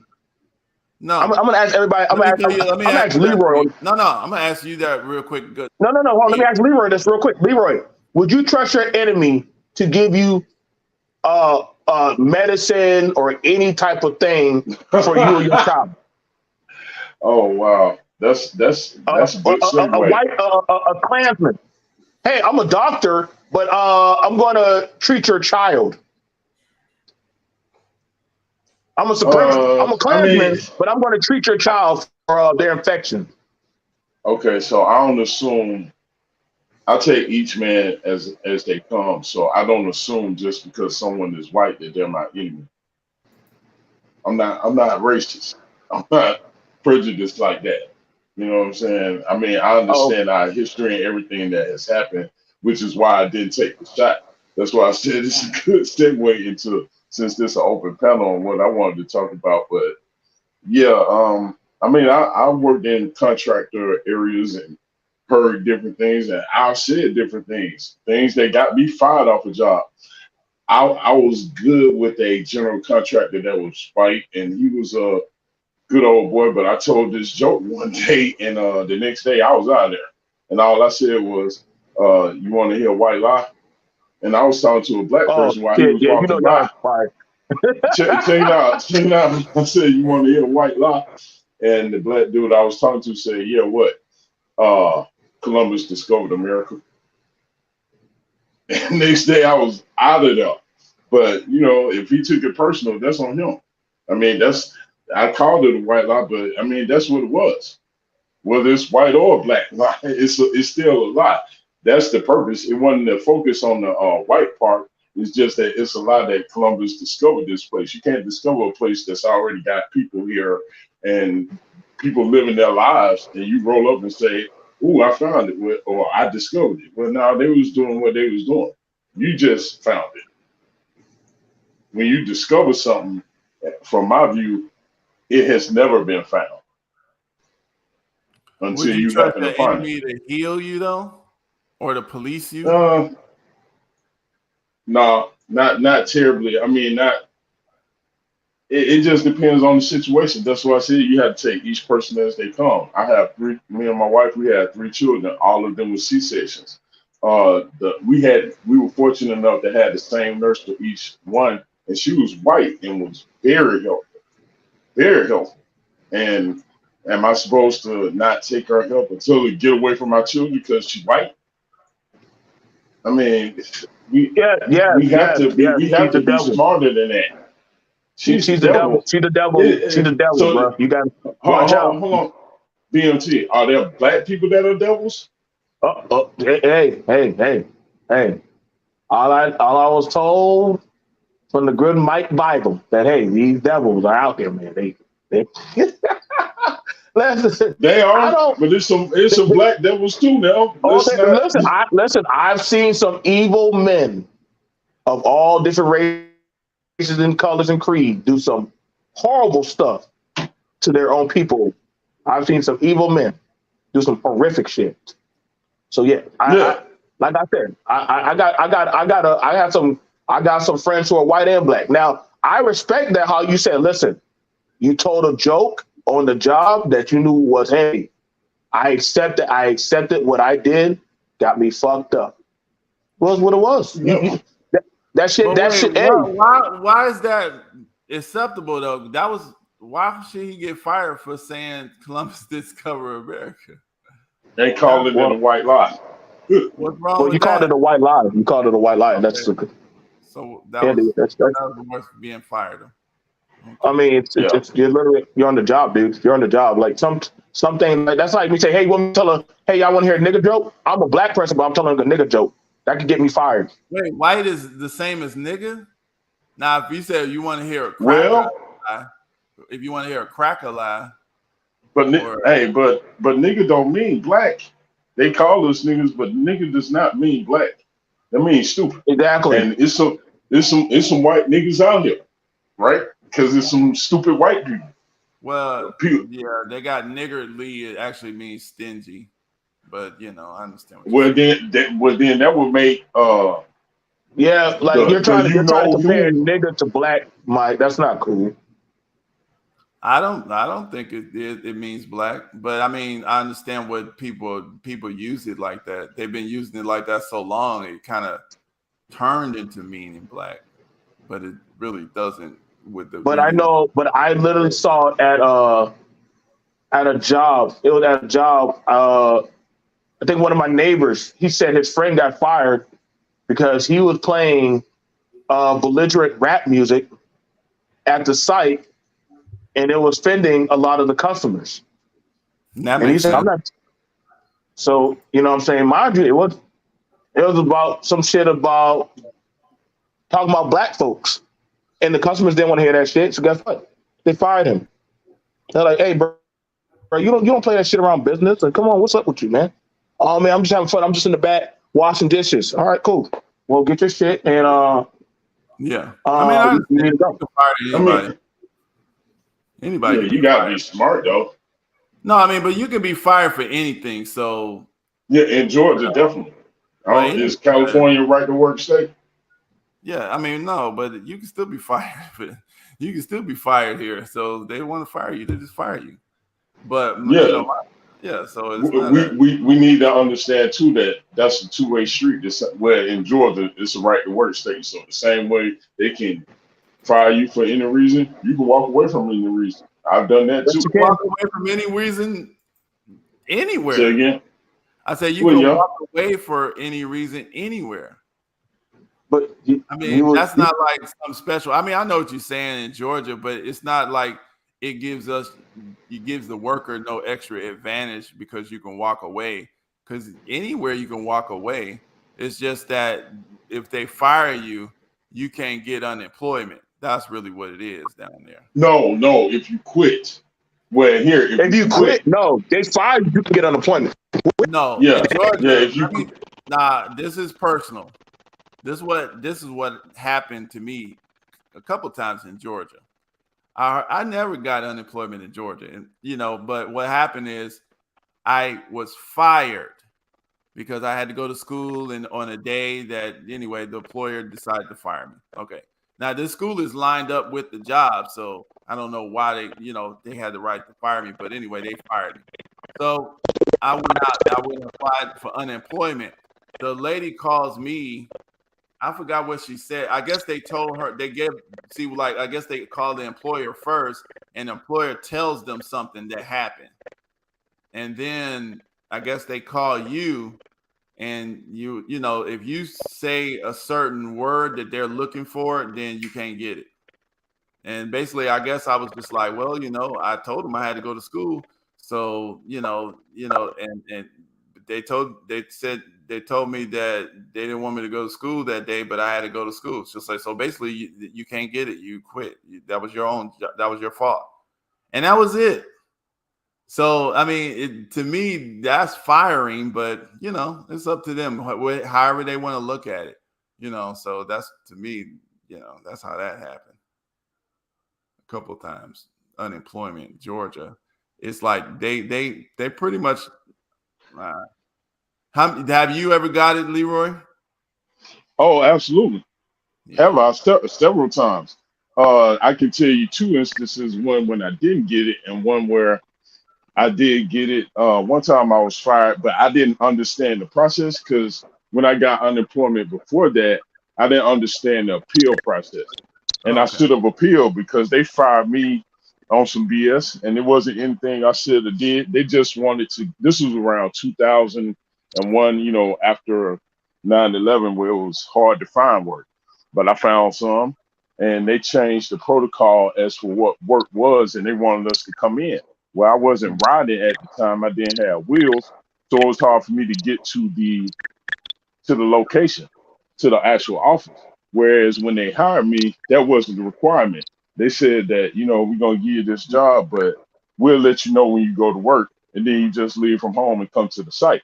Well, they changed their protocol, and when I couldn't meet the protocol, they decided to fire me. Well, they were already looking at trimming people back. They just used this as an excuse. I didn't understand how to work the appeal process, but the next time I filed for unemployment, which was years later, I'm working for this different company, and I'm having my second child, and I get a call while I'm at the hospital, and they asked me to bring the truck up to the office. Now, I wasn't using their truck; it was just parked at my house because they, I was contracting as well, so I used my own vehicle, so I wouldn't be, using their vehicle going to somebody else's job. So while I'm at the hospital, they called me and asked me to bring the truck up because they needed to use it. When I get there, they say to me and pull out a paper, well, we're going to lay you off right now, but once work picks back up, we'll bring you back. And I'm stunned because I'm like, well, you told me to bring the truck up here. You didn't tell me all this, so I could have stayed where I was at. And so I signed it, but the paper was already filled out. So I wanted to get unemployment, and they denied it, meaning the employer. And so I appealed. And when I appealed, the person who actually gave me that paper, he had already filled it out. The only thing I added was my signature. And that's where I won, because I explained to the auditor that, what person that is serious about taking care of their child is going to quit a job while their child is being born, unless they're going to a better position. That's not what it was. Yeah, he put that I quit. And I saw, and I pulled out the paper and I showed the auditor that, okay, well, you look at this paper, all the handwriting is the same until you get to my signature. Even the date that's next to my signature is not my handwriting. And she could clearly see that. And, you know, they ruled in my favor and I got unemployment. And the first story, it was a white guy. The second story, it was a black guy. For that one, though. Yeah, but the second guy was a black guy. Yeah. I made him so mad during the hearing, he started stuttering. He couldn't even talk. And I wasn't cursing him or being belligerent or anything. I was just stating the facts that, dude, I didn't quit. You called me. The story I just told y'all, you called me. I did what you asked. I did not quit. You filled out this paper and I signed it. Does that sound like I quit? Yeah. It doesn't add up. No, I don't. And that's why I said color, you have to take each man as they come. If you assume all white people are your enemy, then you're just as racist as the person that you call them racist. The thing is, though, with me, it's like this. People need to. It's almost like if you're telling people the philosophy, but they still got something stuck in their head of what they believe it is, but they don't hear what you actually saying. Then that's on them. All people can do is talk and tell you.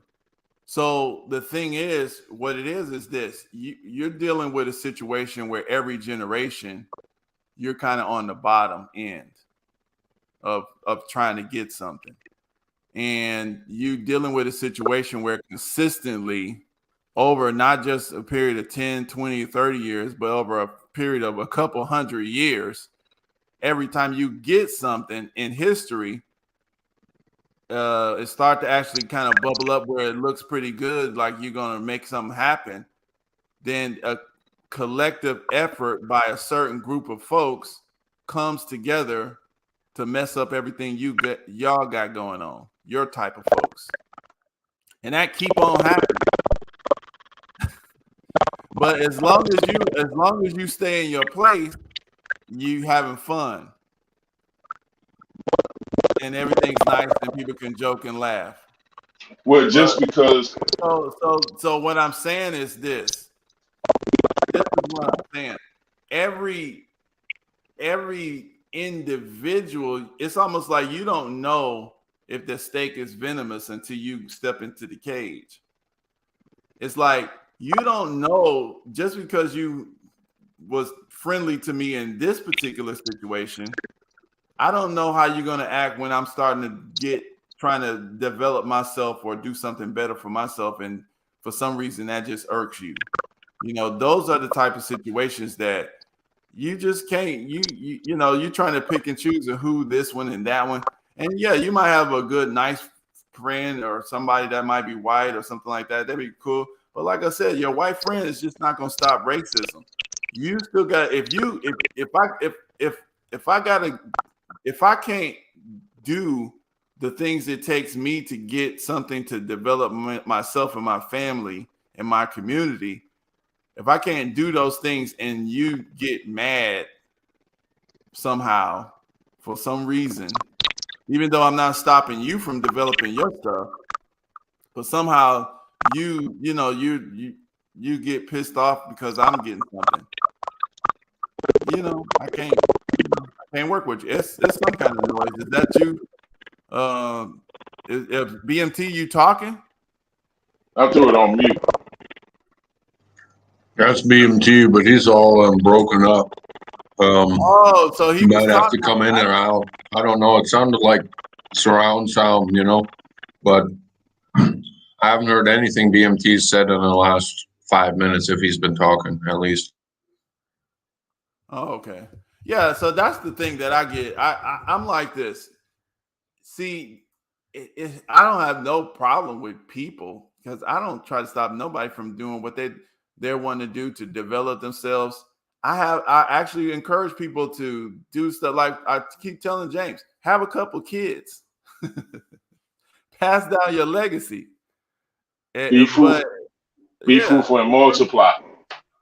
Yeah, there you go. Go ahead, talk, BMT.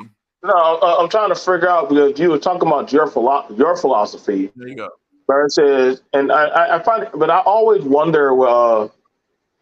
We used to always have this one guy that would come around a lot of the youth when we did youth projects, and he would tell them, "Listen, y'all, we're the bottom class." He would go around and tell the younger kids that, and that shit would always irk the fuck out of me. And you know what? A few of us went up to him and said, "Hey, bro, don't come around us again, bro. Don't come around us. Don't come around the children. Stay away from us, man." No, man, I'm just saying that we're the bottom class. Why would you go around our people and put out such narratives of hate that they are the bottom class? So that means that you're giving them a defeatist mindset that they can never rise above. That, well, they just gotta accept that. And I'm like, hey, bro, stay away from the children, bro. But you're curbing them no different than some evil supremacist or any type of agenda you're putting out there that literally that they are never, that everybody else is superior to them. And I think, and that you're an op to them. You can't tell me anything different. If you're gonna go around and keep putting down that, hey, with this, with that we're, and I'm like, okay, so what's the positivity that we've done? Because you're not looking at the inventions, you're not looking at the people who've gone out there and who done thrive, who done set up stuff. I respect Leroy more when we had that big business conversation about, hey, Leroy, sometimes you're gonna have to go at it alone. You got to do X, Y, and Z. Because you got some people who are afraid to do it versus you get it done on your own. You get it done on your own and you succeed and you show them like, yo, like, see what I did? Now I did this without y'all. So guess what? We're going to follow my program of how we're going to do things. You got, like I said, like sometimes when you're right, I'll agree with you, but if you're wrong, you're wrong. I don't agree with your philosophy. Like that's your philosophy. And you have a right to feel what you feel. But I mean, honestly, we're looking at it right now in society. Black children are mixing. Black children are mixing and going out there and getting into different vices of tech, culinary, all kinds of stuff. They're not being. They're going out there despite that the stuff that they don't have. These kids that don't have the same kind of equipment, they took their cell phones and now blowing up. You can't tell me that, oh, well, the groups that, no, man, now is a market and anything is open. You can keep trying to, like, some of these top people that y'all talk about, like in these history and all that stuff, like, do you think that it's beneficial? I mean, you can teach them history, but these kids are not, they're going to be like, how can that help me?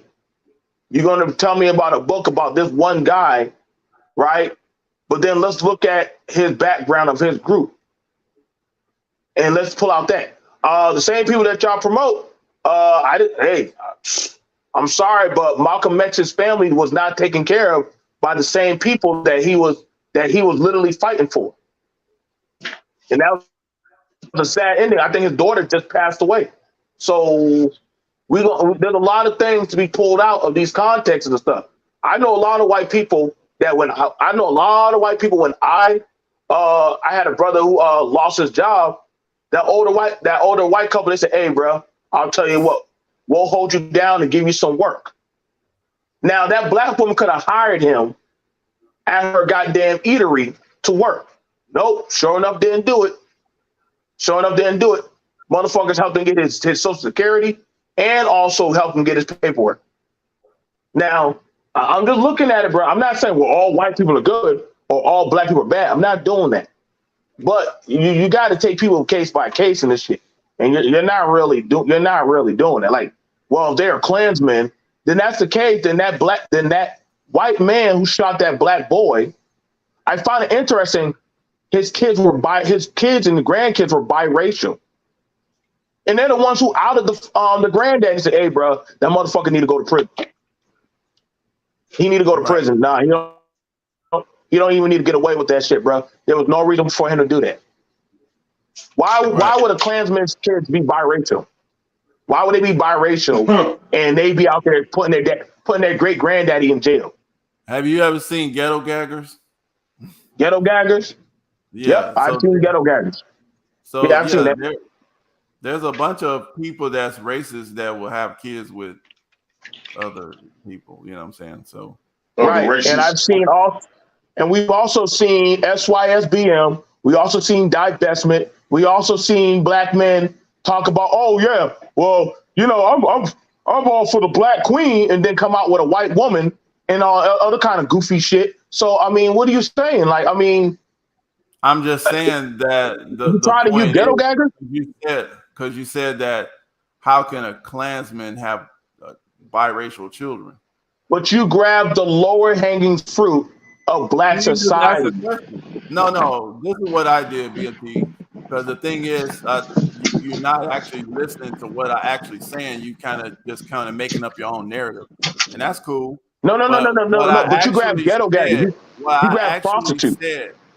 What I actually said is this: if you look at the black society right now, and actually the last few generations over like 100 years, every time we get working good, these are facts. It's so no, they're not. They're your facts. No, these are facts. These are historical facts. Okay, go ahead. We get this is actual history I could point to, but it take a minute. I'm just going through the basic statement now.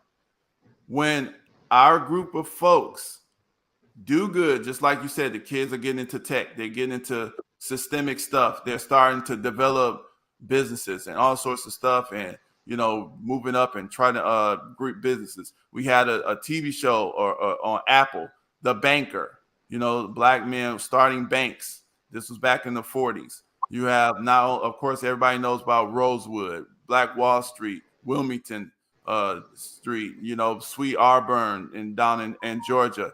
You had different places where black folks were actually developing themselves, controlling, educating, doing good stuff. Oscarville. And then over there, Lake Lanier, Oscarville, all these different things. I'm saying to you that it seems that every generation, not just one generation, not just 10 years, it seems that our particular group is subjected to this at a certain point in time when this other particular group, and I'm not going to even name the names because everybody knows, when this other particular group sees too much progress, this other particular group, a lot of its members, enough of its members look like they get threatened just because our particular group got a little bit of good stuff going on. That's what I said. Okay, so you just on the bottom yesterday were defending Boyce Watkins and Jay Morris. I sure will. And then when I asked you, they're doing good stuff. Wait. I asked you about that money and all that X, Y, and Z stuff. That's right. And you said you don't have to know about all that stuff. I didn't say that. What you say? Say that. I said I didn't have your answer at that immediate particular time. Wait. So that's no different than hearing some white man show up and say, "Hey, James. Hey, BMT. Your land is being redeveloped. Wait. Hold up. This is our land. Well, the funding went elsewhere. Hold on, man. You need to show us the paperwork. Well, I don't have it at that time, but we'll get back to you. Months go by. A year go by. You sound like you said the same thing other groups tell black people, like, hey, we don't have it right now. So I'm trying to figure out, because you're not saying anything no different than what other groups say or do. BMT, I don't even know where you got that from. We was talking about the history. We got it from your last episode. No, you haven't debunked Yvette Carnell. You haven't debunked O'Shea. You haven't debunked any of them. I sure did. You did. You came up. You forgot that you came up. I showed. I did come. I just said I came up and asked you. If I asked you, that means I was up here. That was the first time. But then there was the next time I made another show, and then I showed those properties. I showed the properties that actually you said, where'd that money go? You saw a property down there in Louisiana. I was on the panel. What are you talking about? I was on there. That was. Come on, dude. I can remember very easily. I can pull it up. But I can pull it up too. There was another show after that show. The first show. How could you? Okay. Okay. You couldn't have. I wasn't even on that. First of all, I wasn't even present for that because I was at a party. I literally know what I was there for. I was literally arguing with Brother Speak. So last time I was there for that last talking point. You wasn't talking about no properties. You're talking about culture and mannerisms between men and women. You wasn't talking about no boys walking all that stuff. Like, stop, dude. I do this YouTube stuff. Dude, I'm gonna get it. Like, I mean, it's cool, Mike. You got a skewed narrative with black folks. You got a skewed narrative with black folks and with white people. No. Yes, you do. Because the thing is this. This is it, BMT. See, sometimes you get to a point where you get frustrated. You don't want to hear nothing. I'm not frustrated. I'm actually just talking to you. You can't use trigger words for me. It's like words are happening, but it's certain words that you pick and certain words you don't. No, I'm actually talking to you, Mike. You just don't like what I'm saying. It's okay. I mean, your own homeboy even came and said, "Hey, bro, I judge people by character, bro." You didn't hear that, BMT. You didn't hear. I said I love what you're saying. You didn't. No, that's fine. You can love what I'm saying. That's fine. But we're having a conversation. We're having a conversation. Exactly. We're having a conversation. So that's a prime subject of what I was talking about. Let's look at this. Let's look at this, Mike. Like Mike, you like chaos. You like chaos. Like, here's the thing. We can pinpoint it, right? Let's look at this. You like to bring up Koja Malik. Who talks against black men. I bring up other black men say, hey, this woman talks down on us and what we try to push for our agenda. You're like, no, bring her up. She's Leroy done said something. I done said something. Brother Speak done said something. You laugh at it, and we're looking at it like, how is this forward that you want to work with people like this that speak against men like us? BMT, but you say, bring them to the table. But BMT, earlier, didn't I say that I'm going to work with black people? But also, didn't I say you're going to work with black people that even hinder the progress of black people? It doesn't matter because that does matter. No, it doesn't, because the thing yes, is that's your philosophy and belief. Because wait. So somebody you will put somebody in the black community that will sell drugs and shoot and kill. If you had a kid, if you had a child, and your child is just acting up, it's still your child. That's still your. Then it'll be my job. It'll be my job, and it's a community job to put down that child. Well, you're not going to kill your child. You shouldn't. If my child would have murdered if my child was out there murdering and doing other stuff, I would put down my child. The person is not murdering; they're just talking. So if the person was gang banging and doing horrendous stuff in the community, you wouldn't. Now you take it to extreme. What are you talking about? We're at those extreme levels right now. Actually talking. They're just talking something that you don't like to hear. Okay, so if somebody was selling drugs, doing horrendous stuff, and scamming and harming people, would you still want them in your community? We don't have to want. They're in the community. You can't. No. Would you? I'm asking you. No. I'm asking. Would you still want them in your community? Look. I don't see. The question that you're asking to me is insane. That's just like it. I don't. That's insane. I can't choose. It's insane because you can't choose who was born. Yes, you can. Dude, you can't choose who's born. That's my point. You can't choose. You can't choose. Wait. You can't choose who's born, but you can choose who you deal with. Okay. The thing is, my job. See, your job is not my job. See, like you said, I was programmed. Okay. Damn. And I have a certain set of program. And but see, the thing is, I can admit my program and I can tell you what the program is. Now, a lot of people out here are programmed that can't admit their program. Okay. So my job actually, you see, is to solve problems. It's just like when Brother Speak was talking about that woman and she was, complaining about, the dude was mad about $20,000. And we were like, well, I think we can probably do a little bit more to solve that problem.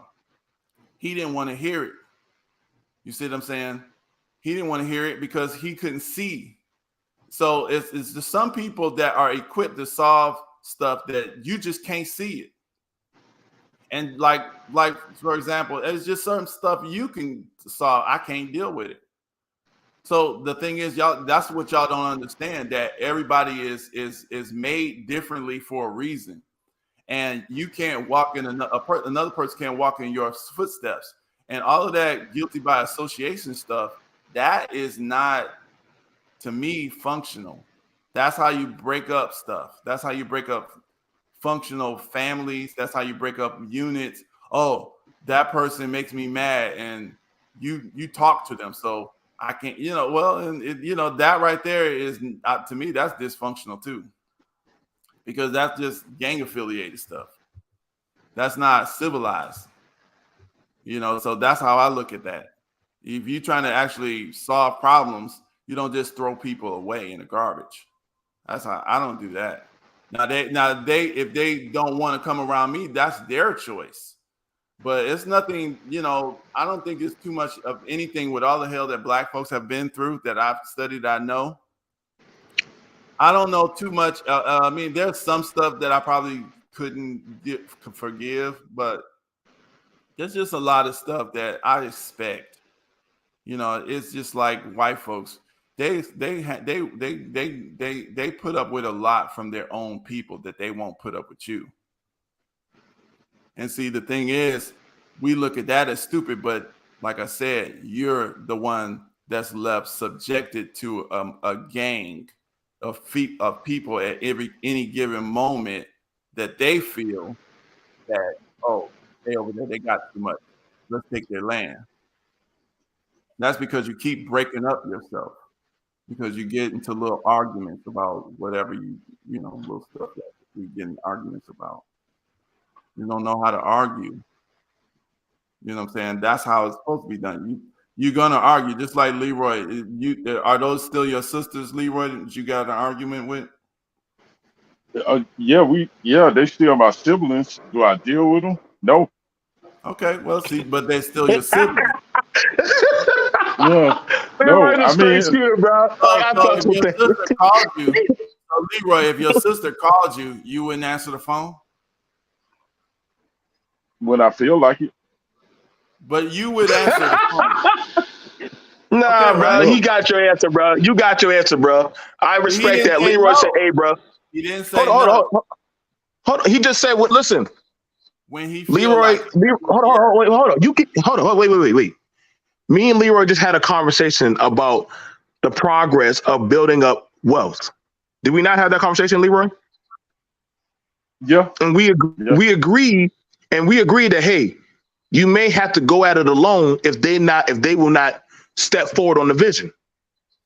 You may have to go at it alone. I was already there, but that's right. what it is. So, but I don't want it to be something where you have the momentum and you have the strength now, and you waited for them, and then they're like, "Oh, well, we don't want to do that, Leroy. We don't want to do that." And then all of a sudden, you step out on faith and you get it done. You get it done, and you succeed. Then they start coming around. Oh, you turned it around. We can get them. No, back away. This is for me and mine, because y'all did not want to help out. He's not wrong for doing it. So, do you not understand that a lot of people talk down on people for the civil rights movement? And they say, you know what, fuck it. If y'all won't do it, then we'll do it on our own. But then a white guy says, I'll help y'all. Y'all need a bus. Y'all need some gas. Y'all need some sandwiches. You have to be careful. You gotta be careful, but guess what? After a while, listen, you're not wrong. Listen, the thing crazy about it is, and I'm not trying to sell that, because I'm not trying to just sell that, but we can actually pull up the papers as well as the pictures, as well as the records, and show, hey, everybody wasn't down for the team. Actually, that's why I said I already did the video of showing historical landmarks and stuff that I went through a sundown areas into black areas and all of that said stuff. So I'm not trying to, well, Mike says he's programmed. He's programmed. Hey, respect to that. That's you, Mike. I'm telling you right now. Hey, I think we can't. I think we can encapsulate what y'all saying in, everybody you start with, you're not gonna finish with. Whether you blood or not. Yeah, whether you blood or not. And I'm using my sisters as that example. They made their decision, I made mine, and there likely won't be a coming back to a point where once they see what I do and then they want to jump on board, the door's probably gonna be closed. More than likely, because it's like you weren't there at the beginning, you made your decision, ride with it. And that don't mean I don't love or care for them. That don't mean I won't help them, but it'll be at my discretion, not theirs. Because you. What? Well, yeah, that's all I'm saying. That's how I do it. Talking to people, though, that to the point about talking to folks. I mean, like I said earlier too, if a KKK member wants to come up here and talk, he can talk. I'll talk to him because his conversation does not threaten me at all. That's why I don't. You sound like RBR right now. You sound like RBR. Oh God. I mean, I sound like whoever you think I sound like. It don't matter. This is just I'm telling you the truth from me. Your truth. Okay, my bad. Exactly, my truth. So that's what. No, boy, let's not go there with my truth and your truth. There is the truth and their lies. Well, no. This is my truth because this is coming from. This is how I think. This is all I can do is talk and say how I think. Okay. Okay. I mean, yeah, everybody can, but when anyone starts going down that road, it's gonna get real shaky real quick, and some things gonna emerge that who's ever doing that speaking ain't gonna want to be a part of. I can go with another person experience. My older sister told my nieces, "Live your truth." Now I got 2 dyke nieces. How that work? You tell your children what it is. You don't. But see, Leroy, they still whatever they are, that's what ends up happening, because the thing is, it's going to end up. Things are going to end up. Water's going to settle. Water's going to settle. So according to what the agenda. See, all a person can do is tell you what's in their mind. Now, there are some people who can't take the truth. Yeah. They can't take what the person is saying. This is how that person thinks. Now, if I was somebody like a politician and I'm just telling you what I think you want to hear. Oh, let me just kind of fake it. This is what they want to hear. So I'm going to say that. That, to me, that's the person you got to watch out for. But you got to look out for them as well. Well, that's the worst, because that's like the fox. It's just like if you're talking about the wolf or the fox. The wolf is coming at you. You know his agenda. He's coming to kill you, eat you. The fox might play with you. You might go to sleep. He eat your baby. You see what I'm saying? Because they come with a smile. They come like a pet. So that's my point. A person, I don't care what their outward expression is, but as long as they can take the way that I'm thinking, and if they got some issue with me, I don't have no problem with people saying what they have issue with me, because guess what? I'm going to think about it. It's just like when BMT, when you were asking me about that Tulsa thing. Now, maybe it wasn't you, but I went out and showed these videos. These are where the properties, you asked me where that money was. I did a video and showed a different fund that had the same exact rules. These are the properties, the addresses. They're actual videos of each of these properties. You see what I'm saying? And there's actually more properties than this. The Tulsa fund, you asked me how much was that Legacy Center. It was $2,100,000. That's what I found that answer. So those questions that you were asking me, I went back and listened to those questions and researched those answers. So maybe that wasn't you with me on the video. I thought it was, but you know, I did a video that. No, that was me. I remember the follow up. Okay, so yeah, I was part of that follow up. Yeah, so that's probably what it was. But yeah, anyway. but hey, look, those positions are equally as dangerous. What you mentioned as far as telling people what they want to hear, essentially they are the same. Because if I'm not giving you a standard, to follow, then I'm setting you up for failure. If you're my seed, if you're my child, if I'm not telling you what it is, then I'm giving the streets free reign to be the influence in your life. If I tell you live your truth, go ahead. Can you teach what you don't know? Oh no, not really. I mean, wait, hold on. Are you talking about from a spirit? Hold on. Are you talking about from experiential no or just study no? Because there is a difference. Any kind of way. Can you teach? Can you teach out of your mouth and not just by example? So I guess somebody can look at you and you don't know what you're doing, but they can learn from that.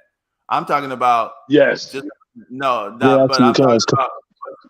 But can you tell me like a teacher with a book or explain to me something that you don't know? You can't do that. I mean, wow, that to a certain extent. No, I mean, like, look, I don't know what it is to be a member of the confused community, but I know that is wrong, so I can teach that it is wrong, even though I don't know it. I don't know the lifestyle. So wait, hold up. So I can easily debunk that, because then you could easily pull out the narrative of, if a boy never had a father, how does he teach his son how to be a father if he never seen what a father is? But he's teaching his son, this is what it means to be a man. You got plenty of examples like that. You got plenty of young men. Yeah. And never had a father. That's literally you just debunked your own narrative. He knows what it means. He knows what it means to be a man. No, he's teaching his son, these are my interpretations of manhood. That's not him saying, hey, like Leroy is my father. Leroy was not in my life. But however, I am now your father, and I'm going to tell you what I think this is what it means to be a father. I am giving what I think. There's plenty of young men. I didn't have a father in the home, but I'm going to go off of what I seen and what I observed. What I've seen and I observed. I've seen men do crack and dope. I don't know what it's like to do that. I ain't never read up on it. I ain't never studied. I ain't never done none of that said shit. But you know what? Through that of my eyes, I can watch. Hey, don't do that. Don't do this. Don't do that. We got eyes called observation. So listen, you don't have the question though that y'all not answering. We did answer. No. Listen, because you answered something and you actually said what I'm basically the same thing I'm saying. You have to have an idea of what is in your mind, and then you can teach what's in your mind. But you cannot teach what is not inside of your mind. You can't teach what you don't know. That's what you can't teach somebody. Presenting them something. Now, like I said, I'm not talking about them looking at you and learning on their own. That's something that they doing without you, or just looking at you. But I'm talking about talking and trying to advise them on something. You can't teach somebody something that's not inside your mind. What? You can't. Hold on, Mike. Can you advise somebody of something that's not in your mind? Look. Hey, that was a good example BMT used, because I'm living that. My grandfather, I never knew. My father raised me. My father didn't know his father, who is my grandfather. My father showed me more than told me what it is to be a father, what it is to be a man. My dad didn't have that example. Okay. So You he was able to just teach, admitted it. and hold on, and Right he was there, able you to admitted teach what it. I said.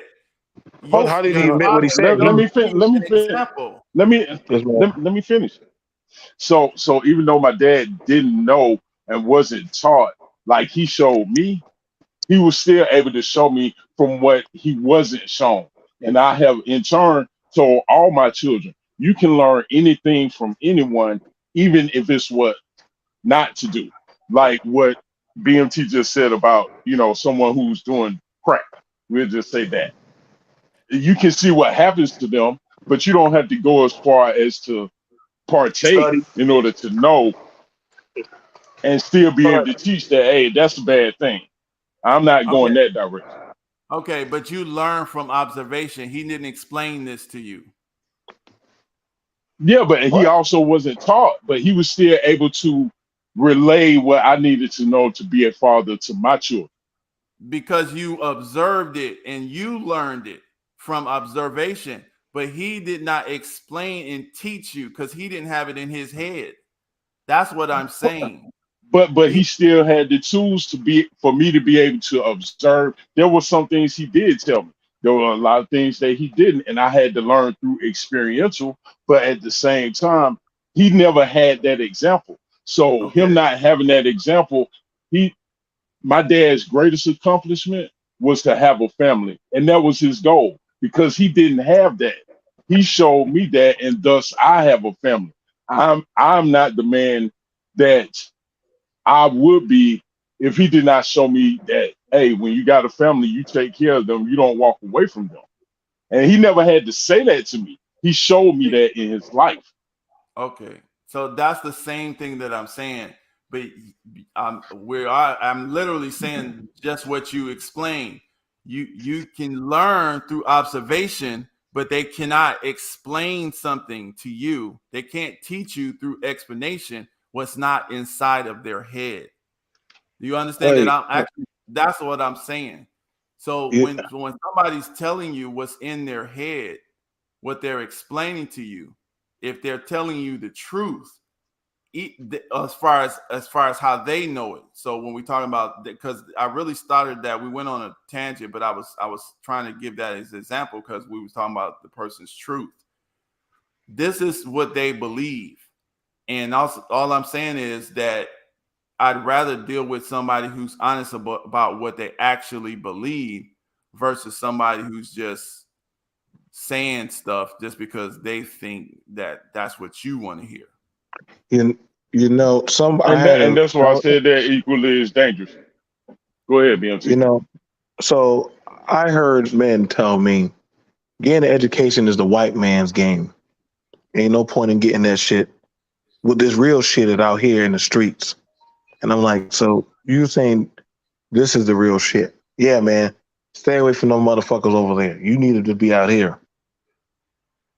Nah, you full of shit. I'm not hanging with you motherfuckers. Like you're telling me that you're somehow you with the chain driving the car, having all these bitches and all X, Y, and Z. That's the real education, but not reading, getting this, getting a house, growing up, having a tangible family. No, that's the white man's game. Yeah, bro, that's what they want you to do. But you want me to follow your school tutelage? No, fuck you. I'm not doing that shit. So you want me to follow your imagery of what you thought? I didn't put it in my mind. I just knew that what that motherfucker was saying was bullshit. I knew what that motherfucker. And there's a lot of black men that knew what these people were saying. You ain't had to. Well, it's a thought that you had to think about. You just knew. You just knew instinctually. Instinct versus that of you got to think about it. You got people who have to go watch a video on how to do parenting versus some people instinctually just know how to do it. They just do it. There's a difference. This is why people don't use common sense versus, hey, I got all this book smart versus common sense. Like you could easily have solved that if you literally just did that. So there's two different grades of thought being put out. Now, I'm not saying that you're wrong, but if you're saying that, hey, you got to have the thought, So if that's the case, just like they have the thought, there's 87 different genders versus people instinctually know boy and girl. Which one are they going by? What's being taught, or which one that instinctually they know through genetics? A male and a female know that they're different. Male and females know that they're different. They don't have to think that they're different. They know that they're different. If you put a man and a woman in the woods, never been around any type of other human beings, and literally they were to meet each other, naturally their bodies will instinctually know that I am male, you are female. Something about you makes me want to procreate with you. They didn't have to learn that.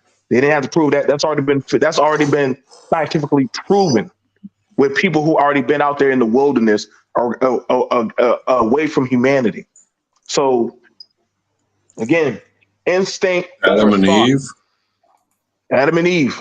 Well, not even that. They had people that got lost in the woods. They fought around society, and they didn't Plenty of fucking movies. Lost kids that turned to teens. The Blue Lagoon. Yeah, thank you. Yeah, so like I said, you still can't override that of natural human instinct versus the new school of thought. It is what it is. Where does knowledge come from? It comes from experience. If you are living in a society, and I mean, we're not talking about, oh, there's a man and a woman, and now poof, and here comes everything. Because you gotta have somebody. It's the chicken and the egg theory. Of course, it was the chicken before the egg, because, and some of this. How can you teach something without knowing something? It's because you yourself have experience and can figure out that if you eat this shit, it's not going to be good for your kid because it wasn't good for you. And that doesn't take more than a year to experience if you're literally out surviving. You know it's good for you. You know it's bad for you. You know what you need, what you don't need. And those basic necessities you provide to your youngling. And that's your knowledge that you got through experience. Plus, there needs to be another. It can't have a chicken and an egg. It has to have a rooster, a chicken, and then the egg. So there's two. And like LS said, there's this family thing. And if you're in this norm of family, then there is a mother and there is a father and there is a child. And both these people bring their experience in. And that is the knowledge that they then pass on or help themselves to raise their child. Right. In an ever-changing society, now it's just like, okay, both of us have to go work. One of us has to do a nighttime job, then this, then that. Then we have to get a loan here, and then you're in debt, and then you have to work the next 20 years in order to just get to balance zero. By that time, your kid's 25, your partner might have died, and so much can happen. So it's your whole life. It plans out your whole life. And I mean, as soon as you have kids, yes, then going to the bar 6 days a week, or I don't know, not going to the bar 6 days a week, but not being at home it doesn't work. I mean, kids eat, you eat, your wife eats. Excuse me. Look like everybody's on a treadmill. Hey. Yeah, you gotta buy shit. You gotta cook shit. You're not going to McDonald's anymore because that doesn't feel that's the cheap way. But the cheaper way is having a stove.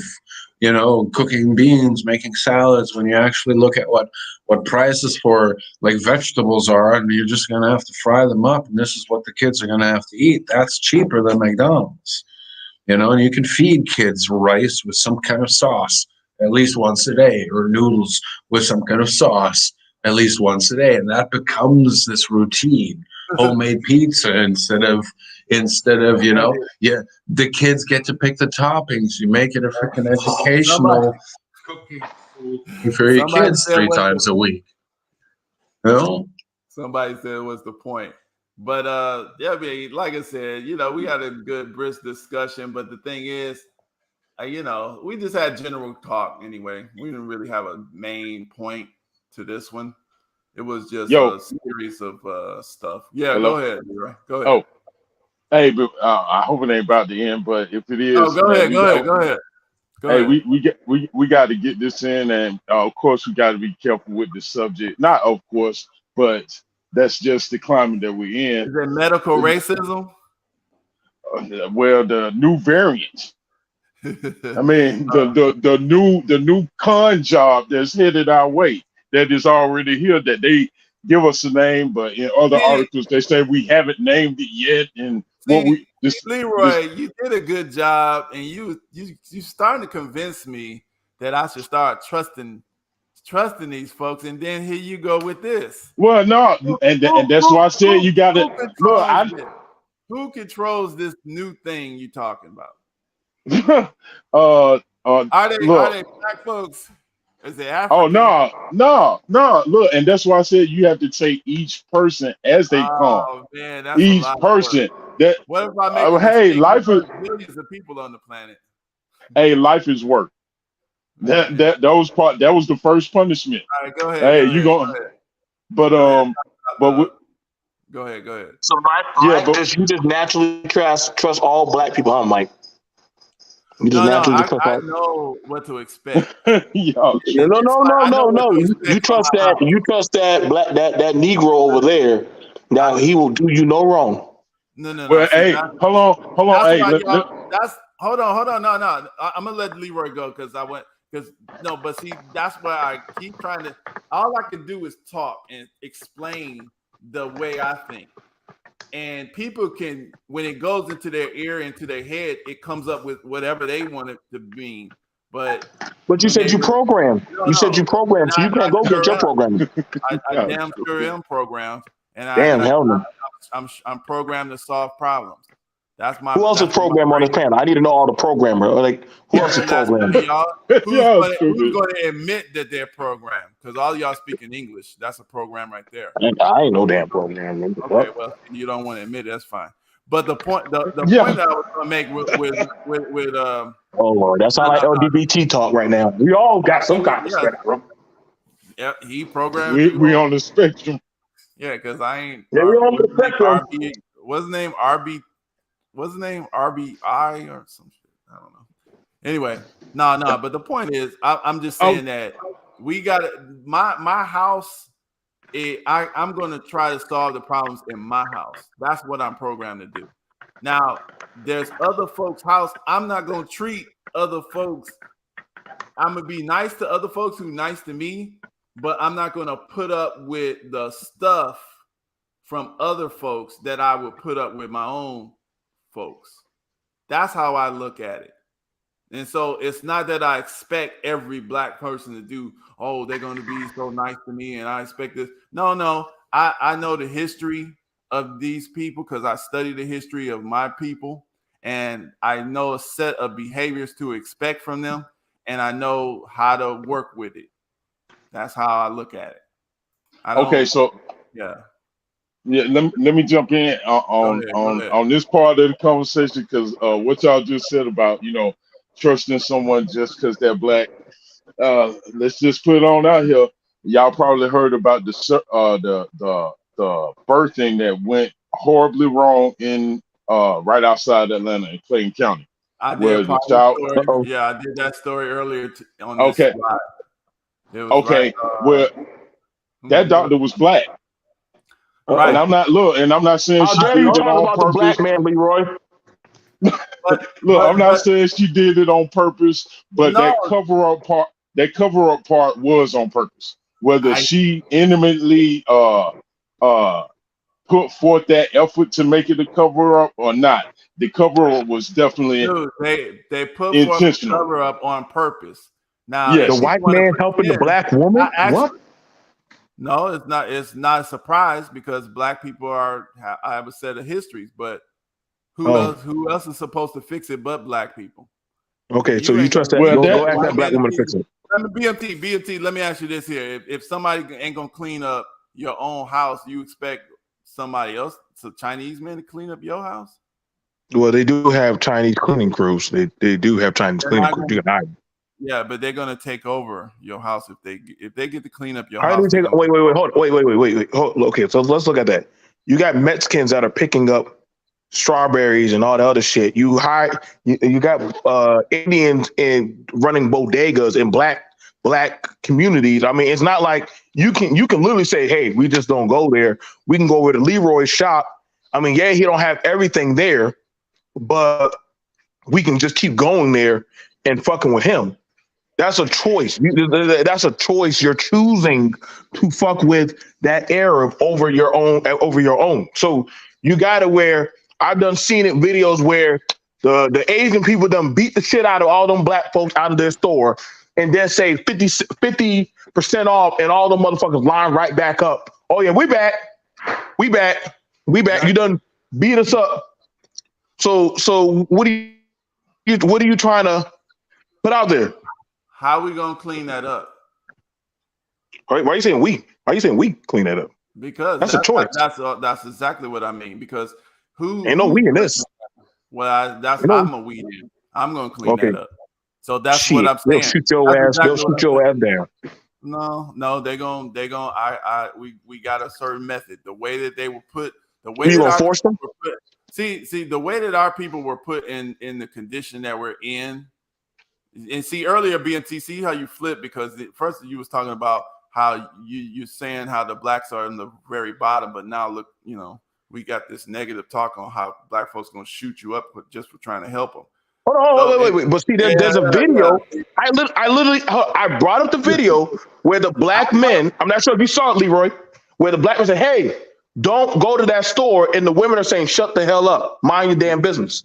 And the man who said that was actually the man with my same programming. He was a minister out there in Denver. So I know what what happened there. These are your same programming? Yeah, he had the same programming I have.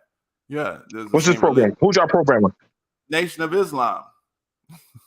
Our job is to solve this problem. That's what our job is.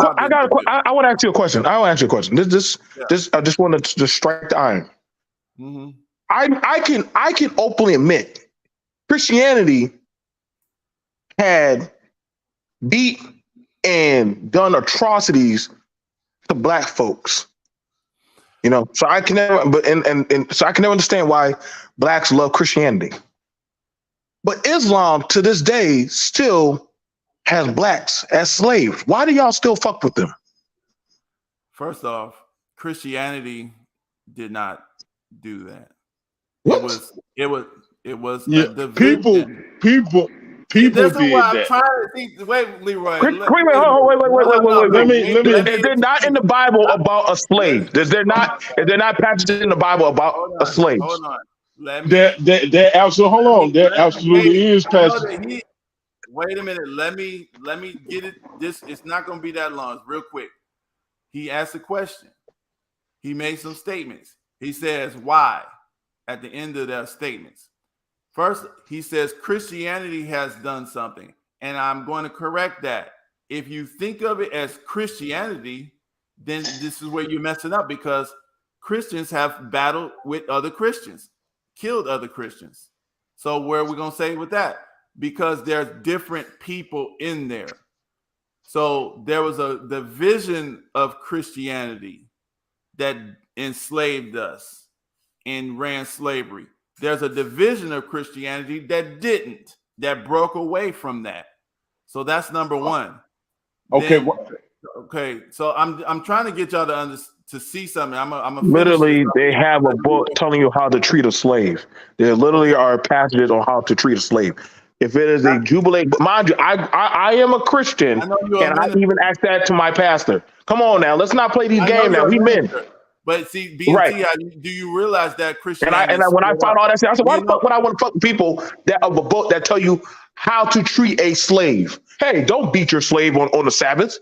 Okay. What the fuck? Wait, why would I buck with that? Why would I want to rock with that? Okay, so BMT, you do realize that Christianity split up, right? It was a big split. They was arguing way back. It was called the Councils of Nicaea, the Council of Calderon. They had several councils where they were arguing about what was going to be in the Bible. Religion is a tool. That's all it is. Religion is a tool. You know what? Another thing too, you did on that last live, you made a question which I didn't agree with then, but later on, you know what? I do agree. A religion is a business. And you know, BMT, because you said that, and I had to think about that. See, that's one thing you don't understand. I actually, just because I don't agree with you at the moment, I actually think about what you say. So I, you know, and then if I do agree with it, then I will adjust myself. But I do see religion as a business, but I also see the family as a business. And business, It's always been a business. But business, the way I was taking business was not personal. And so that's why I kind of rejected the idea of religion being a business. But actually, business is the personal. Your real business is yourself, your family, and your community. That's your first set of business, and everything else is gathered to you to try to build that stuff up. Yourself, your family, and your community. So yeah, it's a business. But at the same point, I want to get right. I'm gonna let Leroy do his answer of it. But I just wanted to say why, because you asked why. That's why I'm trying to get you to see these systems is what we had basically. If you want to go way back, these systems was what we had instead of police. This is how we did self-control. We taught people how to control themselves, and then you didn't have to have a whole bunch of systems of law, order, and control of beating in jails and stuff like that. So the system now, what we got now is a lot of people don't want to admit this, but what we have now is a series of tampered scriptures, and that's in Christianity and Islam. There's several versions that are called Bible. There's several translations of what's called Qurans. Okay. But what I'm saying like this is, if you go without anything, you're still going to be following some system and order and structure, because the government has a system and order and structure laid out for you. So you can say, oh, well, I'm not effing with the Christianity, I'm not effing with the Islam. But if you just go on purpose to purposely reject everything just because it was in the Bible and you claim you're not messing with it, so you're going to reject something that's actually good for you just because it was in the Bible, because you said no, there's a lot of good stuff that everybody can know that's good. If you see something that's about slavery inside of a Bible that was translated, then why don't you research where the original part of that is it really talking about real slaves, or is it that's in the version that you got? That's the kind of stuff, you know what I'm saying, we can do. But the thing is, there's too much good principles of good stuff in these systems just to be like, oh, because this person had a slave, then I'm throwing this whole thing away. That's what I mean. Like, it's like, just because your house had a hole in the wall, oh, we can't live in this house, I gotta leave. I asked a simple question. I get it. It went into a tangent. I asked a simple question. Leroy, do you want to answer the question? I know you also was going to answer it. Mike done went into a tangent. Would you like to try to answer it, Leroy? I answered your question. You just playing around. No, you did not answer it. You just said, hey, don't. I answered that question real good. You gave it to the best of your abilities. Thank you. Can y'all hear me? Yeah, Yes, go ahead. All right. So when it comes to Christianity, that's a term that was used as derision at Antioch in the New Testament. If we're looking at the overall word, yeah, it does talk about slavery. And if we go back to the beginning of the Old Testament, you'll see that slavery wasn't a bad thing. Jacob went into slavery and he ended up with 2 wives, 12 sons, and was the genesis of the house of Israel, because his name was changed.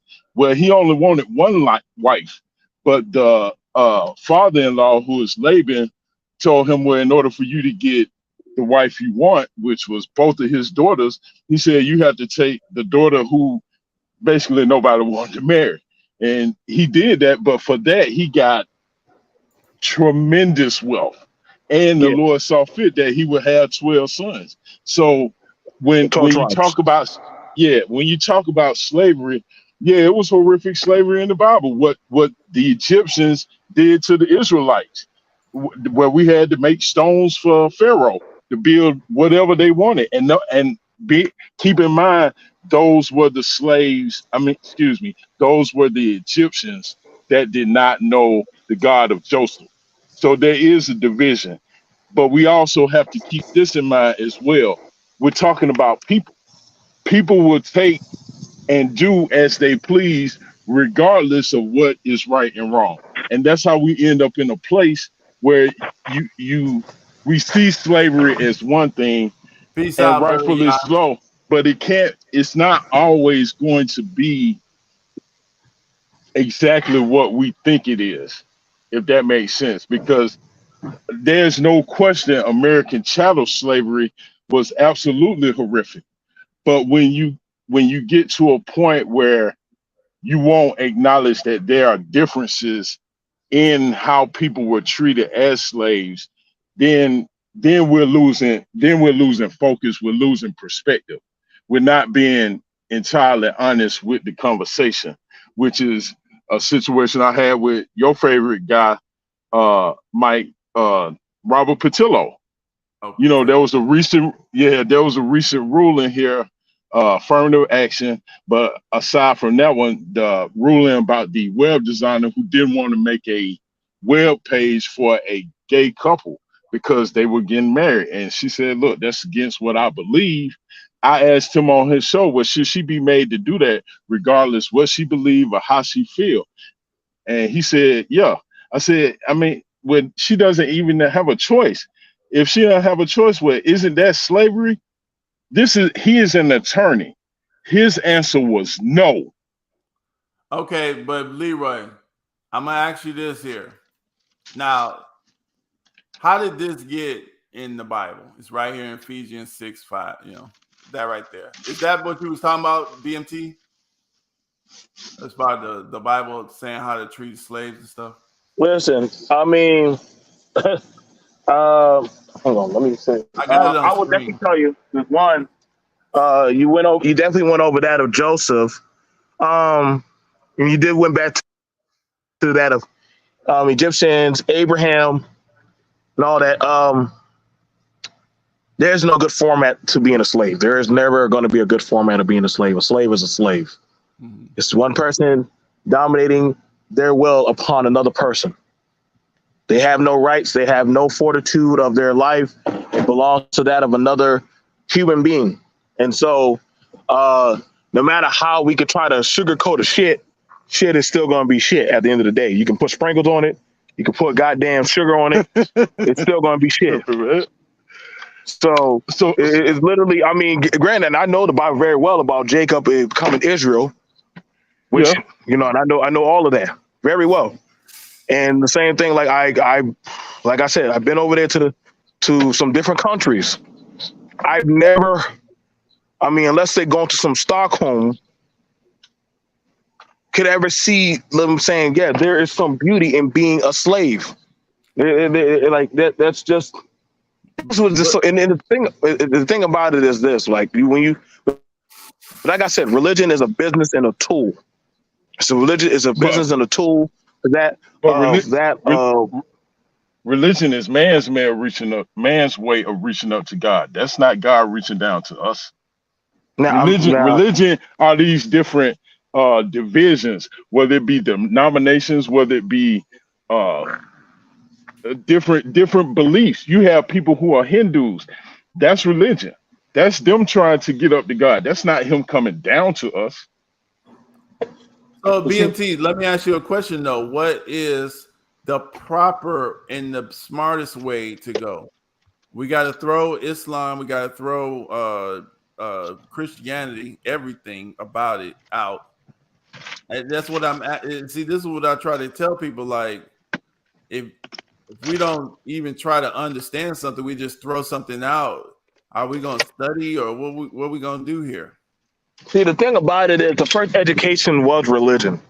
First education before there was that, well, Ra is in the sky and Ra made the chariot fly across the earth and fart, and Reason why you got ISIS's piss that runs down on your face. Oh yeah, that makes sense to me. So you were told that literally that's how you think. That was your science, that was your English, that was your text. That was the programming, right? So that was your program. Now the thing about it was, and I remember in school, I remember one time in school, they said everybody bow your head in prayer. You know, when they used to do prayer in school. And this one girl said, I don't do that. I don't believe in that. Oh my God. Send her to the guidance counselor. Has school become better? Has school become better because prayer has been removed? The guidance counselor was Mortal Kombat. So hold on. Now, the thing about it was when I heard what you said, Leroy, and I would love to have a conversation with you on that. Listen, school got worse. It wasn't because of a prayer thing, but you don't know what people were praying about. You could have somebody saying, I'm praying for the downfall of you. I'm praying for this and that. You don't know what people are praying about. You can't say, well, you don't know that person with a kid. So can't say, well, we all having a unison prayer. But I mean, if you want to use that of the moral stand ground of people knowing right from wrong, like that, mind you, that girl actually graduated at the head of the class of her class. She didn't, and mind you, she only been in one. She only got two write-ups for swearing, and another time for skipping class. Other than that, she never got in trouble for anything else. But according to them, because she did not believe in the God that we served, she was the bane of existence. Granted, they got in trouble for that because they literally the teacher got in trouble for that because literally the principal said, "Yo, that is a lawsuit. Are y'all trying to get us in trouble?" Like literally, you cannot remove somebody because they do not have the same belief as you out of a classroom. That is a civil rights lawsuit. That's a civil lawsuit waiting to happen.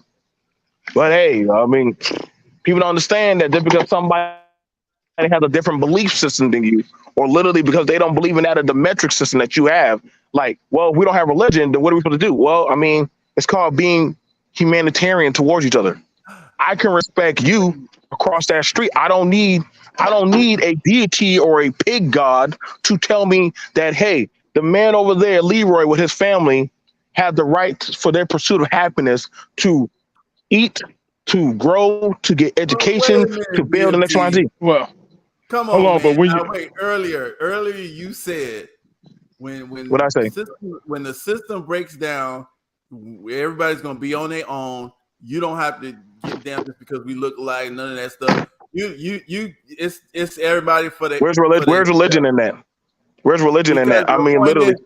Now y'all act. Humanity act like a little bit of halfway decent, but it took these little systems of moral code a couple of thousands of years to get people acting halfway decent. No, then it literally was. There was always a system. Running around in the forest, eating alligators and shit. You wasn't really acting decent without no system. Yes, you were. Code. No, you wasn't, man. Please. Oh no. You had to see. No. South America. No. You had no. There were always systems in place. There was a patriarchal system that if you have sex with my daughter, you're going to have to take her on as your wife. If you do not, I am coming to your family to kill that son because he does not put another member of stress on my family. So guess what? You did that to my daughter. I get either he takes her and you pay us or not. But that's a biblical understanding, isn't it? It's not so much the killing, not the killing part, but if you have sex with my daughter, then guess what? Y'all more or less married now, and you're gonna make it right. That's not really a biblical understanding because other cultures have that same ideology. So that's kind of a thing of they were looking at women as a property. So if you were to damage my horse, then are you going to compensate me for another horse or do I? I mean, well, look, I can't give you another daughter, so we can't break down a woman into being property. I mean, was she not looked at as that? So Look, that's BMT, some. That's some. I'm gonna Look, put your card. hold on, Mike. Hold on, Mike. Go ahead. That's something Culture would say. That That was would be a Culture. religion did that. Religion did that also. Okay, so if that's the case, when Laban gave Joe, hold on, when Laban told Jacob that, hey, you got to take, I think it was Leah first, but who he really wanted was Rachel. Yes. How is Leah equal to an animal? I mean, Did she get the right to choose? Did she get the right to choose? No, she didn't get the right to choose, but that doesn't Damn. make her an animal. That Hold on, means hold on, her. wait, That but- means hold on. That means her father made a decision on her behalf so that she could have a future, and that future ended up giving him 6 grandsons from her. Wait a minute. Okay, so let me get it straight. So where were the? Go ahead. Go Get ahead. it, what you gotta say? Okay, so No, I was just gonna say that don't make her an animal, but go ahead. Go ahead. So when that so in some countries they wait, and I know this is very hard for a lot of people to believe how, and this is, I want people to think, oh man, BMT women, like y'all got to take out the feelings and look at that of the reality of how women were treated back in the day. We are in a first world society that has moved forward, as well as other societies where women are treated like property, and not treated like they are equated to that of a man. Hell, in Japan, women don't have a voice in certain political arenas. They're like, why are the women talking? They shouldn't be talking. You can sit in here with us, but you don't need to talk. Like this is still a thing going on right now. I mean, hence that's why you hear a lot of women now saying, hey, like we want a voice. We want a voice. Why would if they always had a voice, then why are they now saying we want a voice? We want certain health care. We want this and that. So that means they didn't have that. Real quick. Let me get in just real quick. You know, the thing is, we gotta realize that the thing that we think of as choice is different than it was at those times, and that's why I said you're gonna have some kind of belief system. BMT. You could throw away a Bible, you could throw away a Quran. You're still gonna have some residual from all of those thousands of years of culture coming from that kind of system, and creating your own system. You're gonna have to do it the hard way. Like you said, you're gonna have to kill people and say, hey, it's wrong to kill people, and then you got to come up with a whole. It takes a long time to come up with a system. But the thing is, the men in those times were the government, so it's like in order to have a choice, okay, can you get married without a ceremony? Or a law or paper or a marriage certificate. Yes. I guess you could just say it. I guess you could say you're married, but who's going to respect it? The people who are in the marriage. Come on, man. Hey,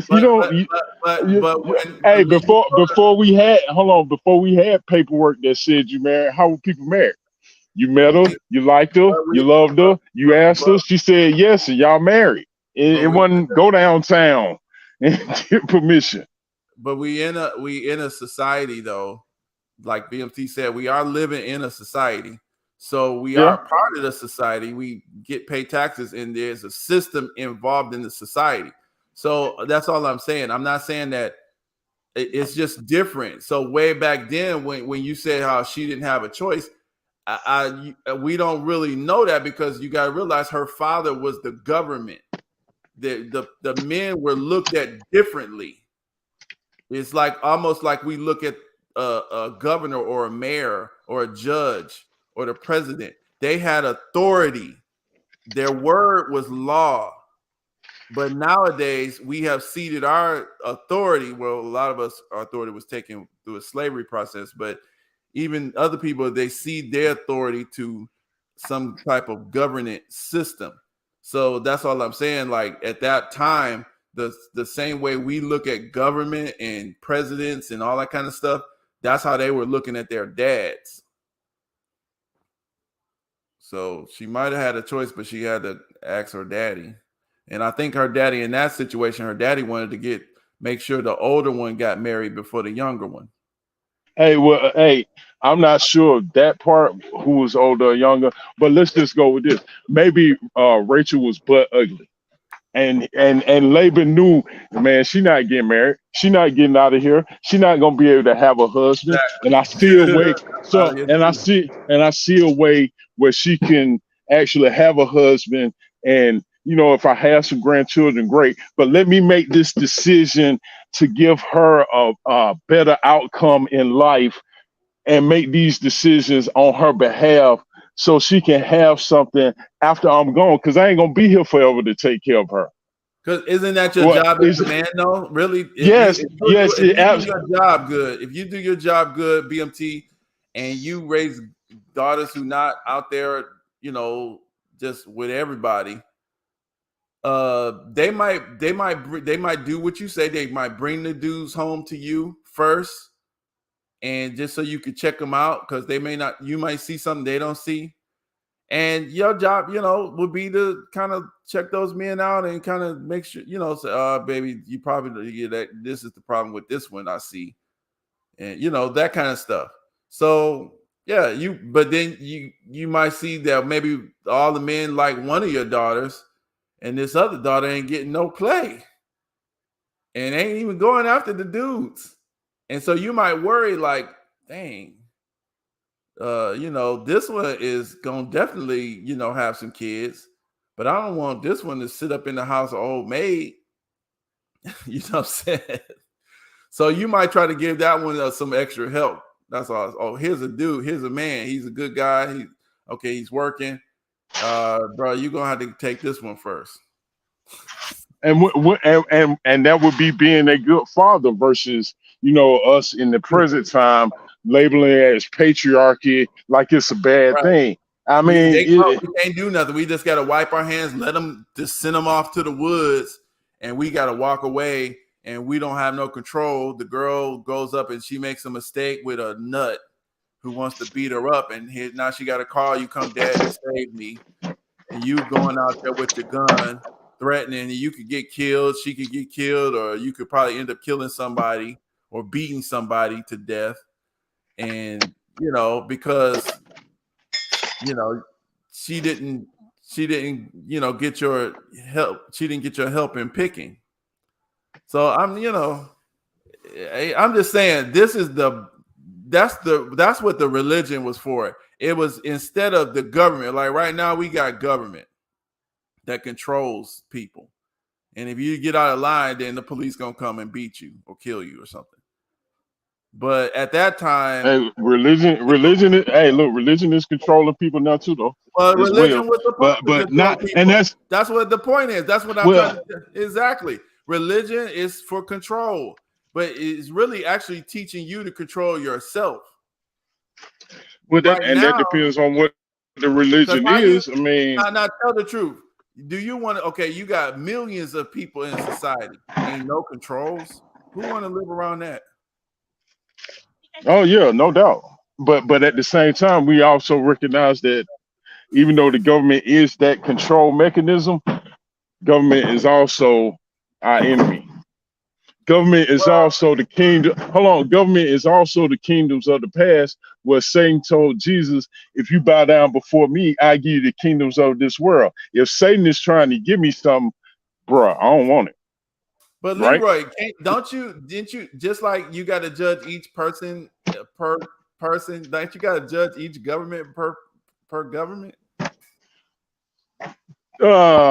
See, but that's dicey because we're talking about government. Government is ran by people. Granted, you have to take each person as they come. But hold on. But each person, we understand from the word that all have sinned.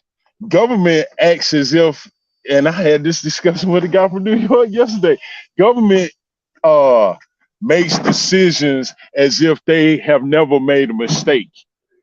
And they make decisions to cover up their mistakes, to present themselves as wholly perfect. I mean, we can take any politician you want in the current, situation we in. What about the ones in China? See, China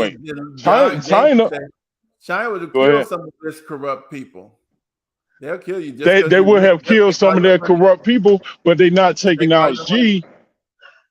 Huh? Go ahead. I said, but they not taking out G right now, and G put them on lockdown. But I'm sure some of the people who saw the World Cup and walked out, some of the Chinese people that saw the World Cup and said they threw this mask and these mandates and all this stuff and walked out in the streets and said, the hell with that. I'm sure some of them are missing. But who made the decision for them to wear the mask and be on lockdown and all of that? G, right? President G. So that's the government. Tell the truth. Tell the What's truth. up?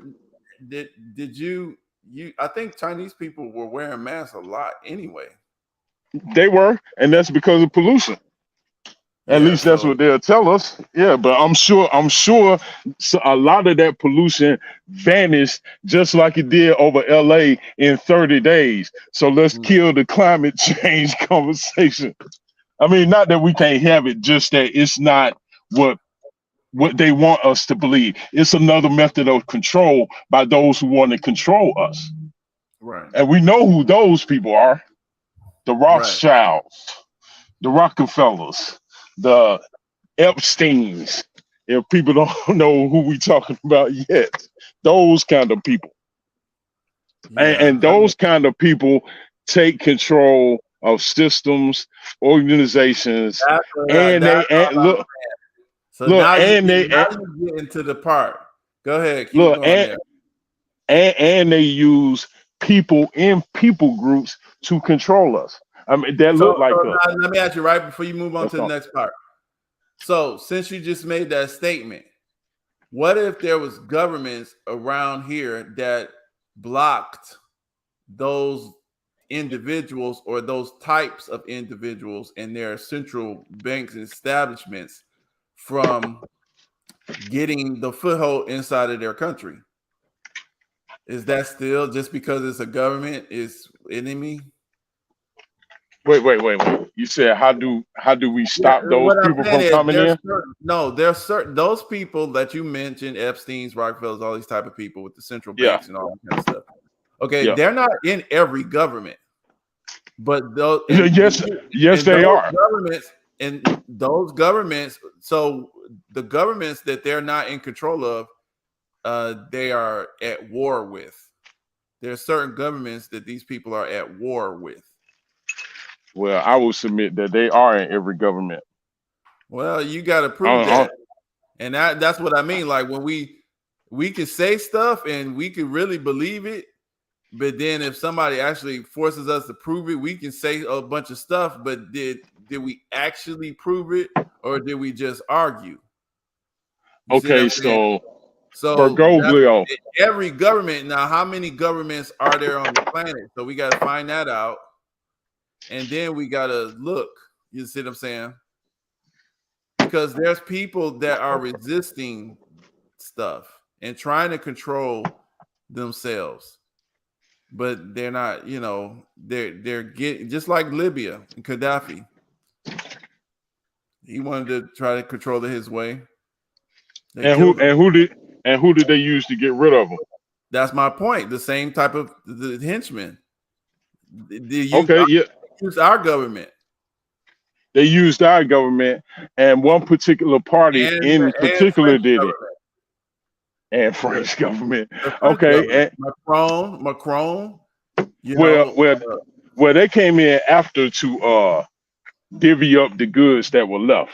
But that doesn't absolve them of responsibility because they knew exactly what they were getting into. What they knew is but my point, the main point, I know what you're saying. I know where you're going with that one, but I was just trying to get on this point is that, you know, just like y'all was saying that, you know, every person just because they have white skin, that doesn't mean, you know, they are enemy or evil person, which I actually agree with. I actually agree with that. But all I'm saying is that it's real tough because there's even people who don't really understand, but they're just going along with the society because that's what they just feel that's normal. Mm-hmm. They feel threatened when our group gets something. That's the reason why you get your politicians. They will not say what they're going to specifically do to financially benefit and send money to black people in this country. Okay. Okay. That's So what I'm saying.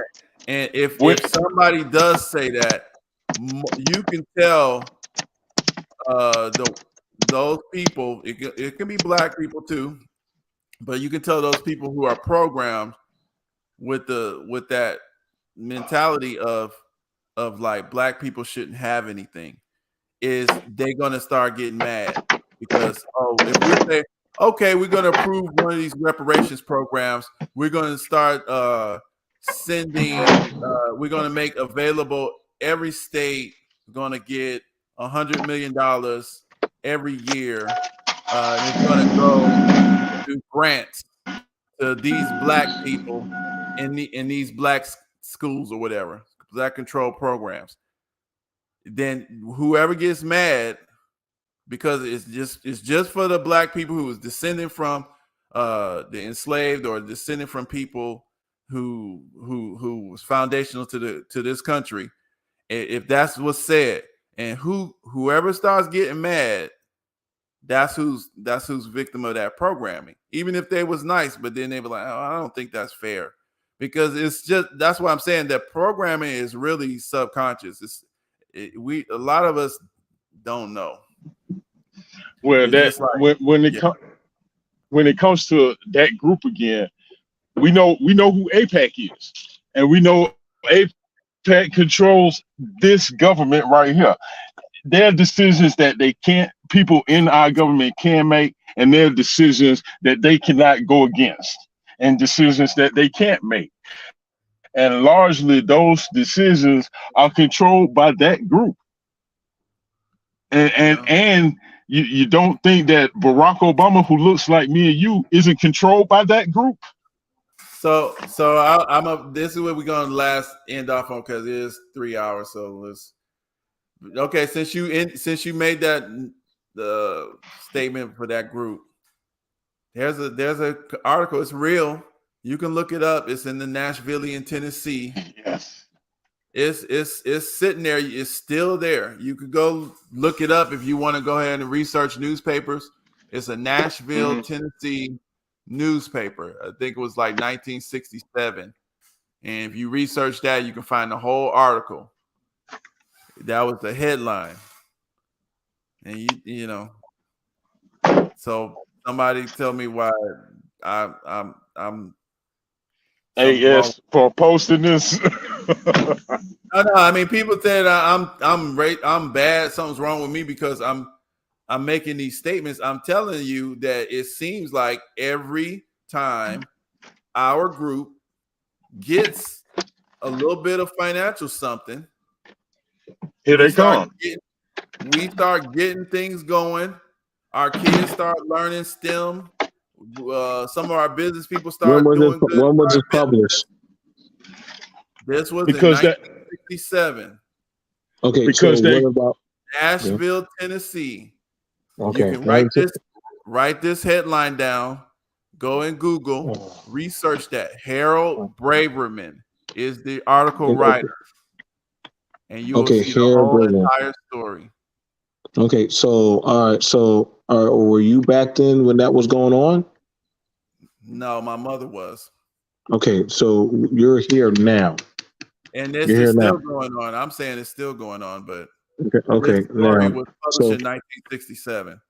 So I'm just listening. I was quiet. I listened to everything you say.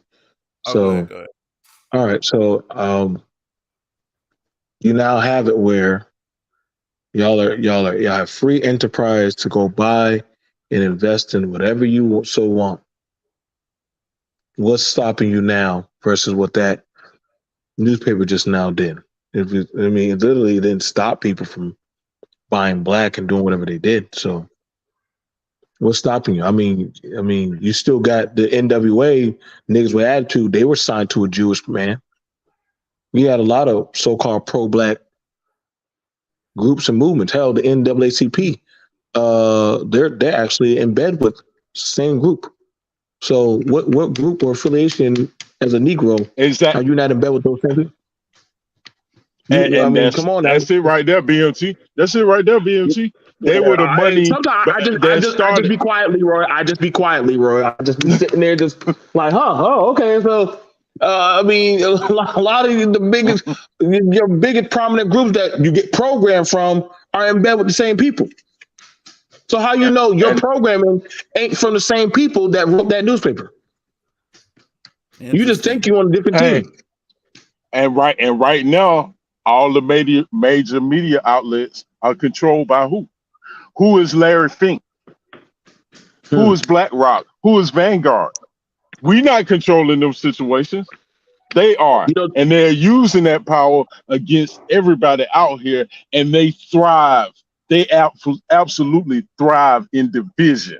And that's why they keep the division going between people. They know what they're doing. You know, it's crazy. They had it where Tyler Perry was buying BET, Byron Allen, whatever he was buying, and Diddy. Then after that, the deal was pulled out, but all the blacks are already done invested in Tyler Perry now. But now, so they invested in Tyler Perry, but the deal is done. So what does that mean? They stuck with Tyler Perry, but Tyler Perry's not getting BET, but they're still in bed with Tyler Perry now. See. So who won? That's all. Because we understand Tyler Perry has handlers.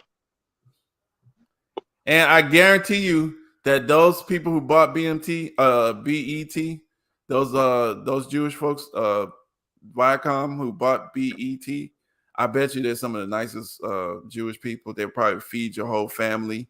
They'll probably make sure your kid get into college, but they're not gonna let you own your own Negro news outlet that's getting too big. No. What do you mean? So why you can go create your own. Yeah. See, that's what I'm trying to tell you, BMT. You keep creating your own every generation, and when it gets too big, they take it. That's what I'm saying. I got a question. So you're telling me this, and I'm going to show you this. So you'll have it where Bob, who made BET? I don't know. I think it's not Bob Iger. He got Disney. I think it was Robert Johnson. Robert Johnson. Oh, you talking about who started it? Now Robert made that network. No Jewish man made that network. Robert made that network. And who did he sell it to? He sold it to Viacom. Okay, and so who was Viacom owned by? And that's the way they took it by buying. Okay, so they ain't put no gun to his head. They gave him a check and say, "Here, can we buy it for you?" Oh yeah, here you go, man. I will find the interview, but he said that it was a hostile takeover. He did not want to sell, but because they are his suppliers, you guys, the same reason why they canceled Kanye West here. And Kanye, the point is the same. You saying that you want to be like Ralph, or you want to be up there with that to mess up your suppliers. That's what he says that he was threatened with. So he decided to sell because that's what they call a hostile takeover in a business. And how you know he's telling the truth? But how you know he's telling the truth?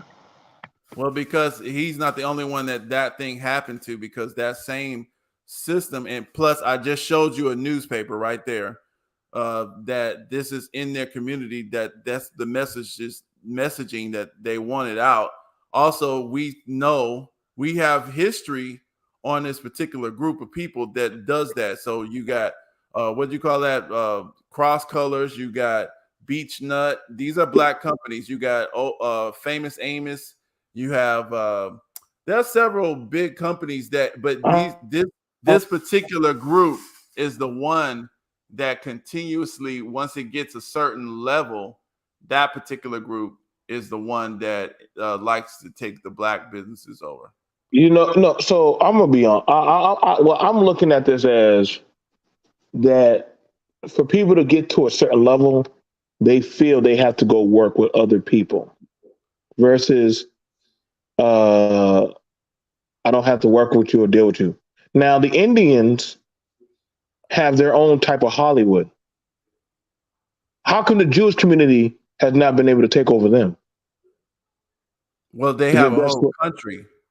Hold on, whoa. They're doing videos over here too. They're doing videos over here and over there. You know why? Because they don't give a fuck for you to watch their shit. They're like, well, I don't give a damn if y'all watch our shit or not. We watch our shit. We'll do whatever we want on our videos. That's y'all prerogative. I think the problem is people want to be they want to be accepted. They want to be, oh, buy my fashion, hear my music, hear my CD, hear my message. Keyword, that's your message. I don't give a fuck for your message, but I'll buy that bitch from you. I don't try to convert people to my shit. I tell people, I tell people you can unsubscribe from my shit. I don't give a flying fuck. I'm gonna still do what I do on my channel. BMT, why don't you try to convert or convince people about your method, your way? Why don't I try to convince people? Yeah, why wouldn't you speak your way and literally try to? To me, why wouldn't you? Especially if you're doing something bad and you know it's bad, then maybe not that.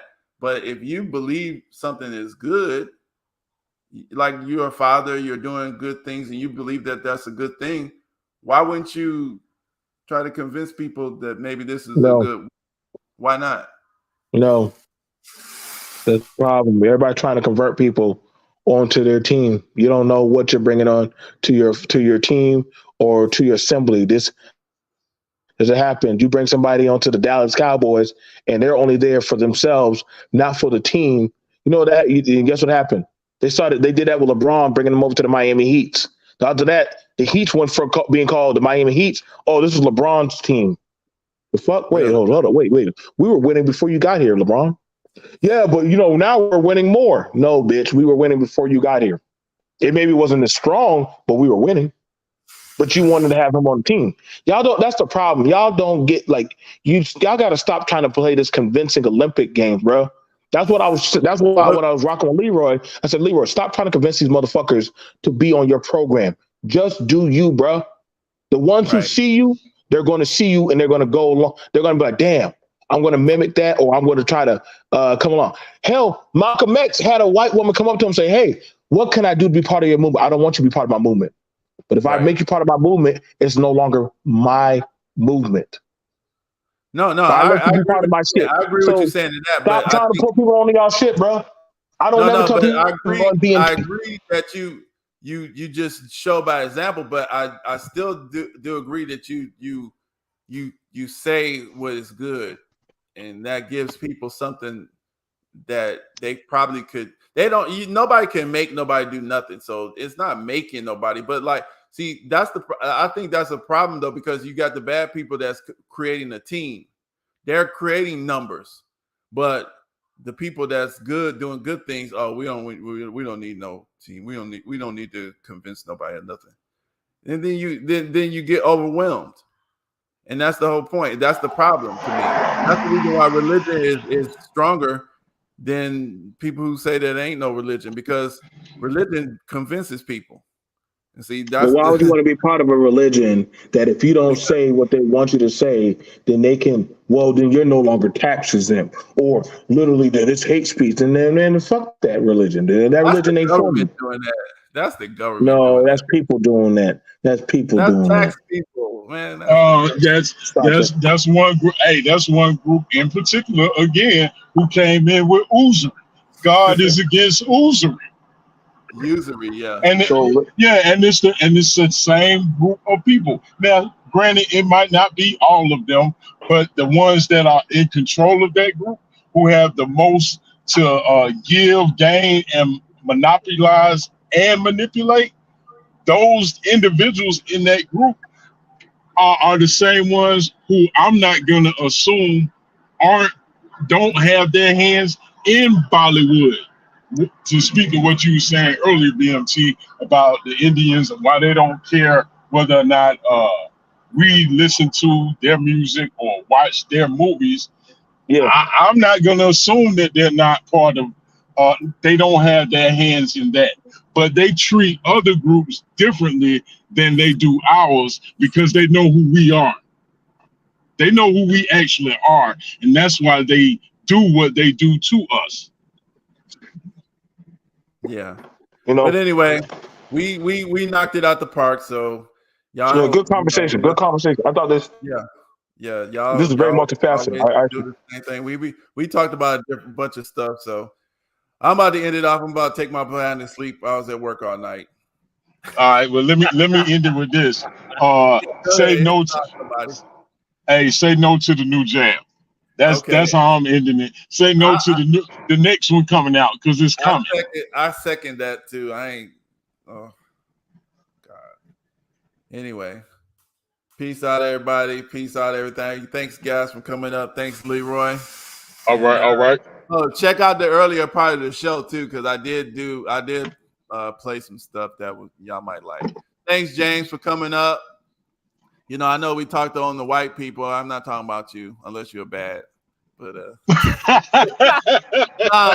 that's what I'm saying. I don't think. See, I'm gonna end it off this because people.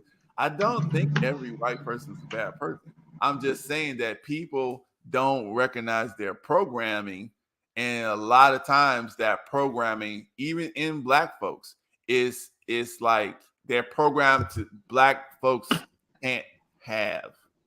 Man, if you got time tomorrow, we gotta pick this back up tomorrow because I got some fire for this. Okay, yeah, write it down. Serious fire for this. Yeah, write it down. I got it. It just happened to me 3 weeks ago. I got it. Okay. So yeah, we about to end it off. Peace out. Love you, everybody. Peace. All right.